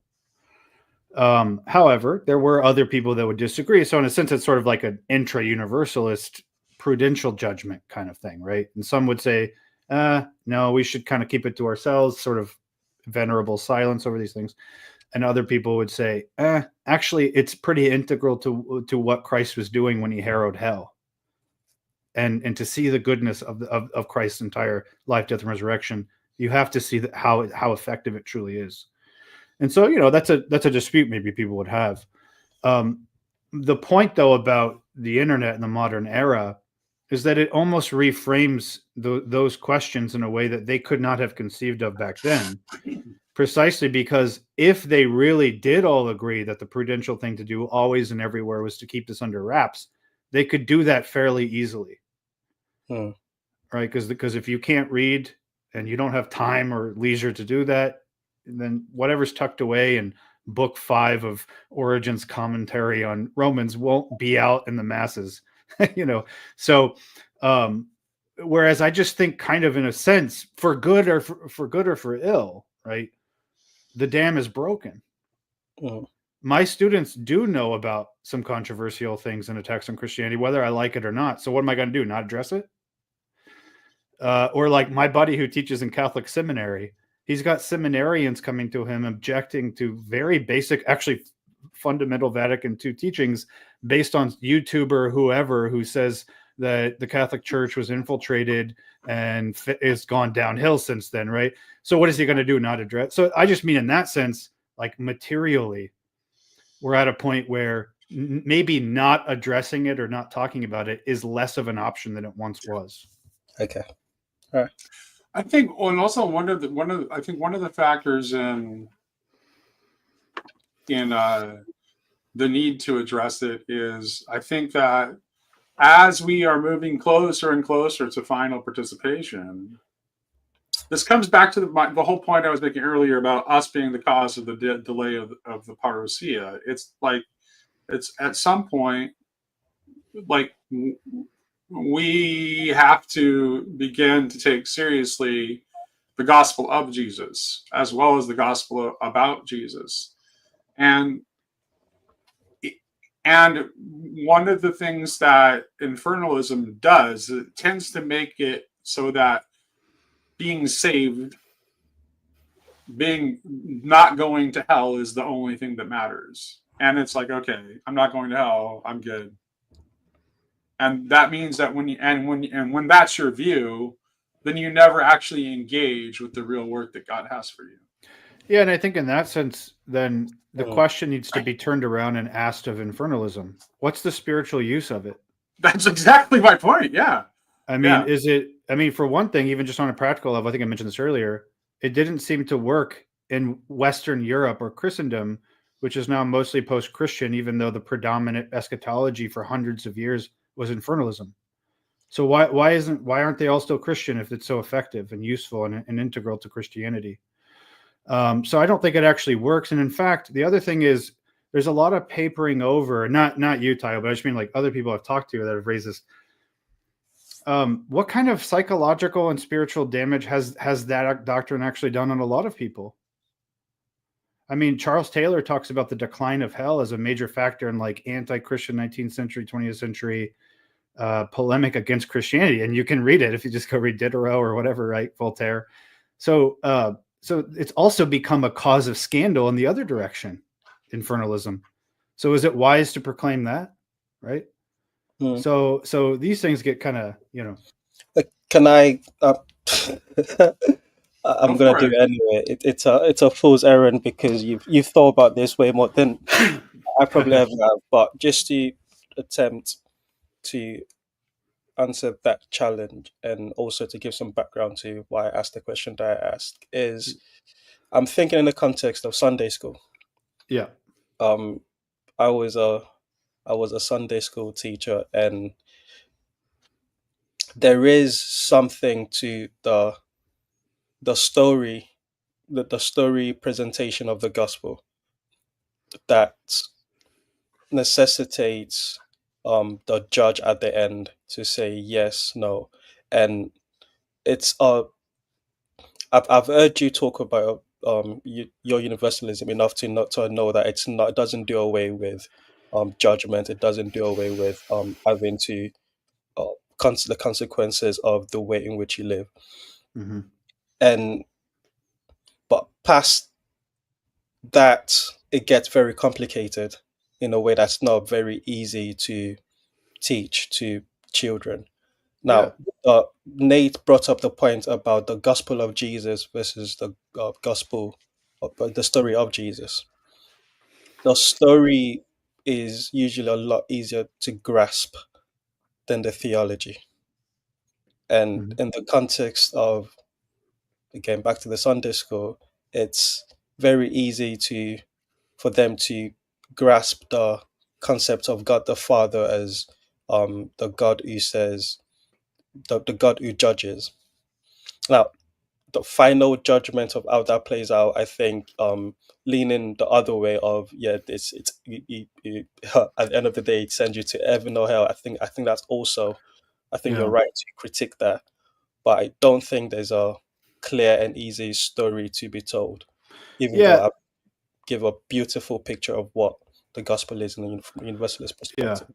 So a few that's great points. One is that I am not insisting that universalism is taught everywhere, always, at every age. My own kids don't know what that is, and so I don't, now, as my 10-year-old did not long ago, if she comes home, because she learned that some people are going to go to hell, and what about those Christians or non-Christian family members?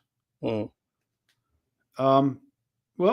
now we're at a different point, right? I didn't come in here with a lesson that says, here's universalism, guys. You need to understand this, fifth graders, Instead, though, it came from her own actual life organically.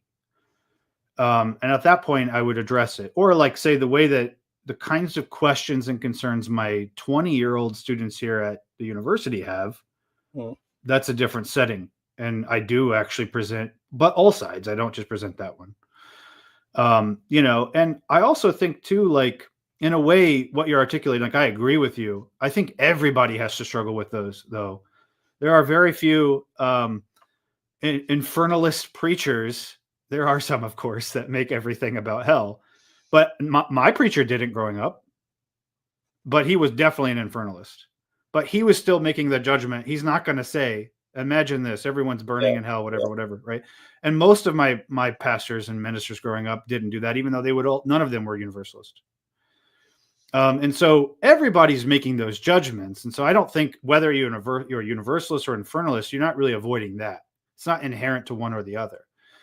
And then the last point I would make is Scripture itself, even if you're just telling the story, tell it long enough and we'll see how far we can avoid these questions, right? Because it's like, how far are we going to tell the story? Are we going to get to Revelation 21, 22? Every tear will wipe away. There will be the healing of the nations will come from the lead, right?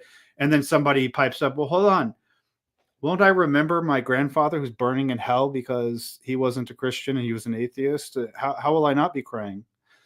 Well, now so the story itself will raise the questions. I have no doubt about that. Yeah. Thank you. Thank Luke you, Kyle. and Nate, any thoughts before I jump off? So did you guys cover everything? Yeah, everything. I don't because I was saying this to Tayo in the chat when I wasn't on, but I don't know. I don't understand the insecurity that people have, or seeming insecurity about openly, and whatever, proselytizing is one thing, but openly professing belief, even from the pulpit, of universalism. Like, why is it okay for the ECT proponents or even for annihilationism, but not for universalists? I mean, that's something I don't understand. And then to sort of what you were just saying, Jordan, I remember when I was first exposed to mystical theology and the theology of the Eastern Church, and first annihilationism and then universalism, and I still struggle with that to this day, because the Bible talks about, be careful, you who desire to teach, because you will be judged more strictly. Why didn't my teachers in the faith ever tell me these things? Like, I feel frustrated about that. I don't think they were doing it to protect me. I mean, I think they were doing it, again, assuming the best of intentions, that they were just teaching what they think so clearly the Bible taught. But I think it was largely because they were ignorant of this stuff. And afraid a little bit. And afraid. And that's like, I think, Luke, I think that's like, I think there's a reason why I think most universalists are autodidactic types, because that's true. It's just like, it's not like, it's really hard to find it being taught. And so if you're going to, it's something that you have to discover on your own. And in my case, like, that discovery, like, made me want to made me realize, that I've been a Christian all along, and that I wanted to embrace that identity of being a Christian and return to church. But no one taught me it. I had to find it on my own, because of my own autodidact tendencies. I think that is the answer to your question, Luke. What Nate's just said, because one, to me, just the zeitgeist understanding of what universalism is basically the straw man that you spent the last 3 days trying to iron out before the stream itself, and then it still showed up in the stream and in the chat and all of the Despite my best efforts. I know, but it's because that's unless you've actually done the work yourself of going through that journey and ending up there, that's all you're able to conceive of this mystical, magical. It feels too ex nihilo. It's too clean. If you've not actually gone through the work of getting to the point of where it's not just everything's going to be fine in the end and the story is good, blah blah blah. Yeah, I think it's the difference between the Unitarian Universalist message. Like, it's terrifyingly beautiful. It's terrifying. Right. You know, I think that's why it's really good you decided to start with that MacDonald quote, I think. At least in the way I wanted to read the MacDonald quote, because like one of the problems that we run into as universalists trying to communicate is that people have already pre-committed to a frame where it's impossible for them to see it. It's just automatically like something their frame will not allow them to see. What's funny is that at the same time that's happening, Nate, and I guess you could suspect me as lying, but I get messages weekly from people who are the exact opposite. That they've been agony over all this stuff. And they found me because it's like, look, I always say, like, I'm willing to talk about it because it's been so central to me. There's a lot of things that I think that probably would be like, not everybody would love, but I don't make it a point to go out and talk about everything just because I want to be an edgelord or whatever. It's like, it's because it's been so actually helpful to so many different kinds of people, and not just, it's all across ecumenical, lots of different people from different backgrounds at different stages. That like I still weekly get messages about this. I've never even written anything on the topic. I'm just willing to talk about it. I'm going to write something now, but all that was like, I didn't set out to do that. Right. It's just like, so it's funny because I think that too creates the friction, is because you're right. There's a still dominant majority of people who just can't even like see the, like, right. it's they're closed off. Well, I think a lot of those people, Jordan, that are coming to you, I totally believe in their sincerity, and I've had those kinds just from Grail Country. I've had the same kind of reactions from my work on Grail Country, and what usually those are people who are like, they're on the edge of deconstruction, so their frame is beginning to loosen, and they're actually looking for a new frame because the frame that they have isn't working for them. Then they're able to see it. Yeah. But as long as people think like, I have this perfect frame, everything's in order, there's nothing that I need to look at that's outside my frame, I've got it, boom. I mean, those they're never gonna. That's why it's pointless to debate them. Well, they're never going to see it. They're never going to see it because of the reason and the rationality, but they might see it because of the medium of the relation and the love that's exercised within that. Yeah. I think. And so that's why it's God is he about whom we must never speak and we must always keep speaking, and everything's that way. It doesn't mean you're going to get there because of the mechanism of reason or logic, but that doesn't mean that those propositions aren't true in as much as they're pointing at the truth. And I think too, like, your guys' goal in this whole thing, which is the laudable one, is the same one I have like in my Christian doctrine class, intro to Christian theology class. I end the course with the question, who will be saved in the end? And I present all of them, and we read different people from different perspectives. I'll say I don't even know if 50% of my students actually agree with me in the end. Right. Because I don't present it as like, this is obviously the only way. Yeah, I give the full thing, but the one thing I do get, and I know this because we talk about it in the round table at the end, even people that are like raised, like in my context, it's a lot of it's like Southern Baptists, like, and they were like, this, I've never heard anything like this. Even if they're like, I'm not really there, I don't really think that, I still think it's wrong, they at least, almost all of them to a person, at least are like, but man, I kind of hope that's true. Right. Yeah. And I'm like, look, if you just are there, if you can even just see the glimpse of why someone would hope that that's true, even if you think it's impossible that it could be because you think you're reading the Bible so completely transparent, then I still consider that a kind of like progress. Well, I actually think hoping that it's true is actually just a flat out obligation. Like, well, I would think- agree. I agree, of course. I mean, certainly it isn't the Catholic. I don't know what you're doing with your Christianity if you can't even bring yourself to hope for it. Yeah, So, I can't really make sense of that either. I can't answer for anyone else, but I can answer that for myself, because I'm very much there with the open, and I'm fearful of creating a God of my own understanding that's only of my own understanding. Right. Like it feels almost too good to be true in a way that feels too good to be true. And if that is not too good to be true, then I'll have to assume the posture that you, Nate, and Jordan have said of, if this isn't Christianity, I don't want it. And I'm not willing to let go of Christianity for a more beautiful version of Christianity that I'm imagining. I don't know that it's possible to believe something that you don't most hope for. Well, we've got someone else in the queue. I'll jump off now to let Pickens on. Thank you guys so much. Good to see you, you, man. See it, Tayo. We got somebody who's been in the comments for a long time, and they're breaking the fourth wall. Thank you. I'm glad that he's.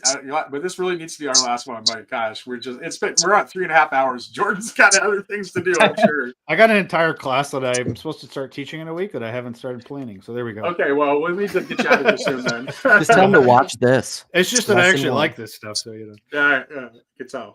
JD, All what right. up?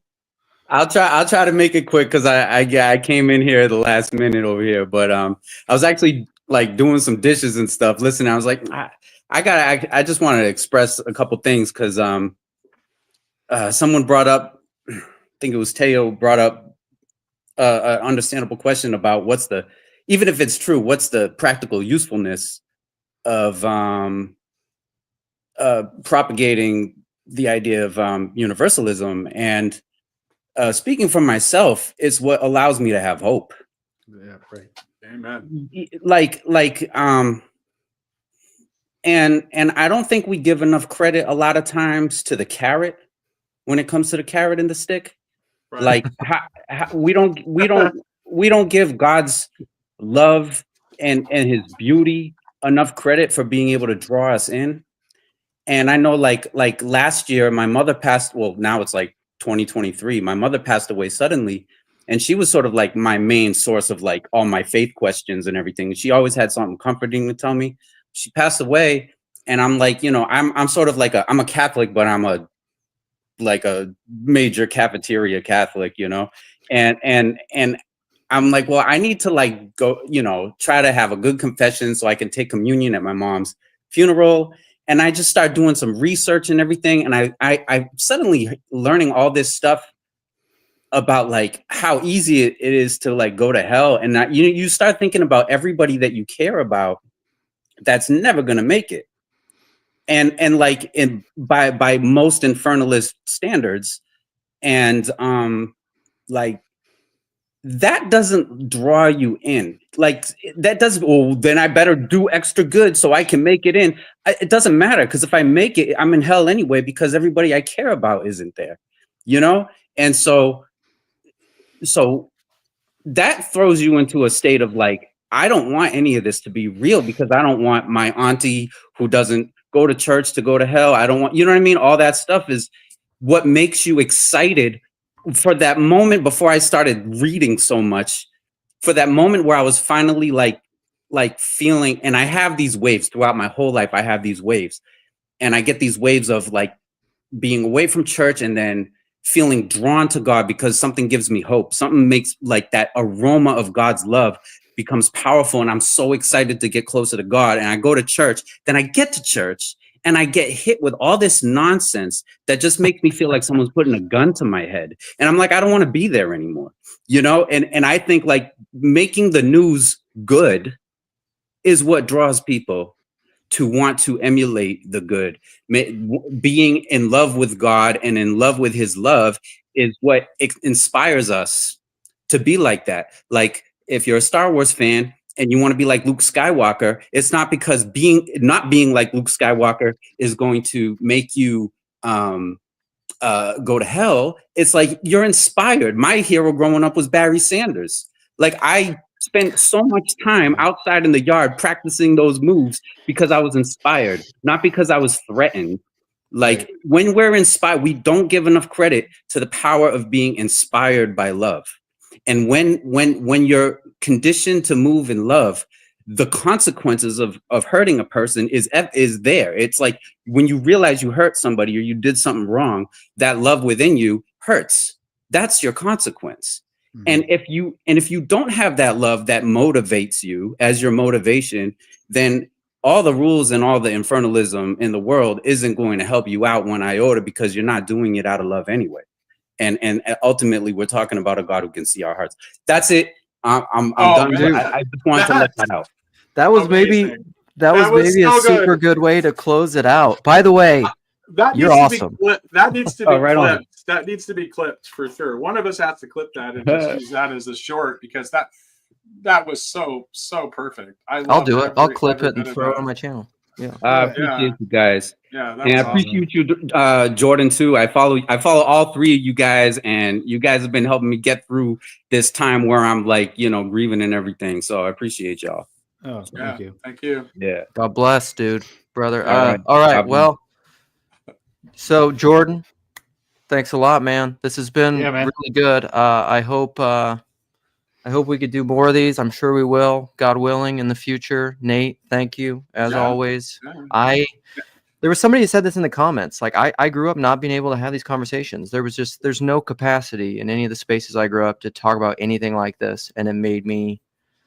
I mean, I don't know. I was so repressed. I didn't even feel alone because I was coping so hard. I'm a very lucky man these days, because one of the people in the comments earlier was Father Joe, who happens to be my priest. So yeah, he's a stud for sure. He is amazing. Yeah. So all right, I'm gonna shut her down. Sound good? All right. Thanks, everybody. Okay. Thanks, guys. Peace.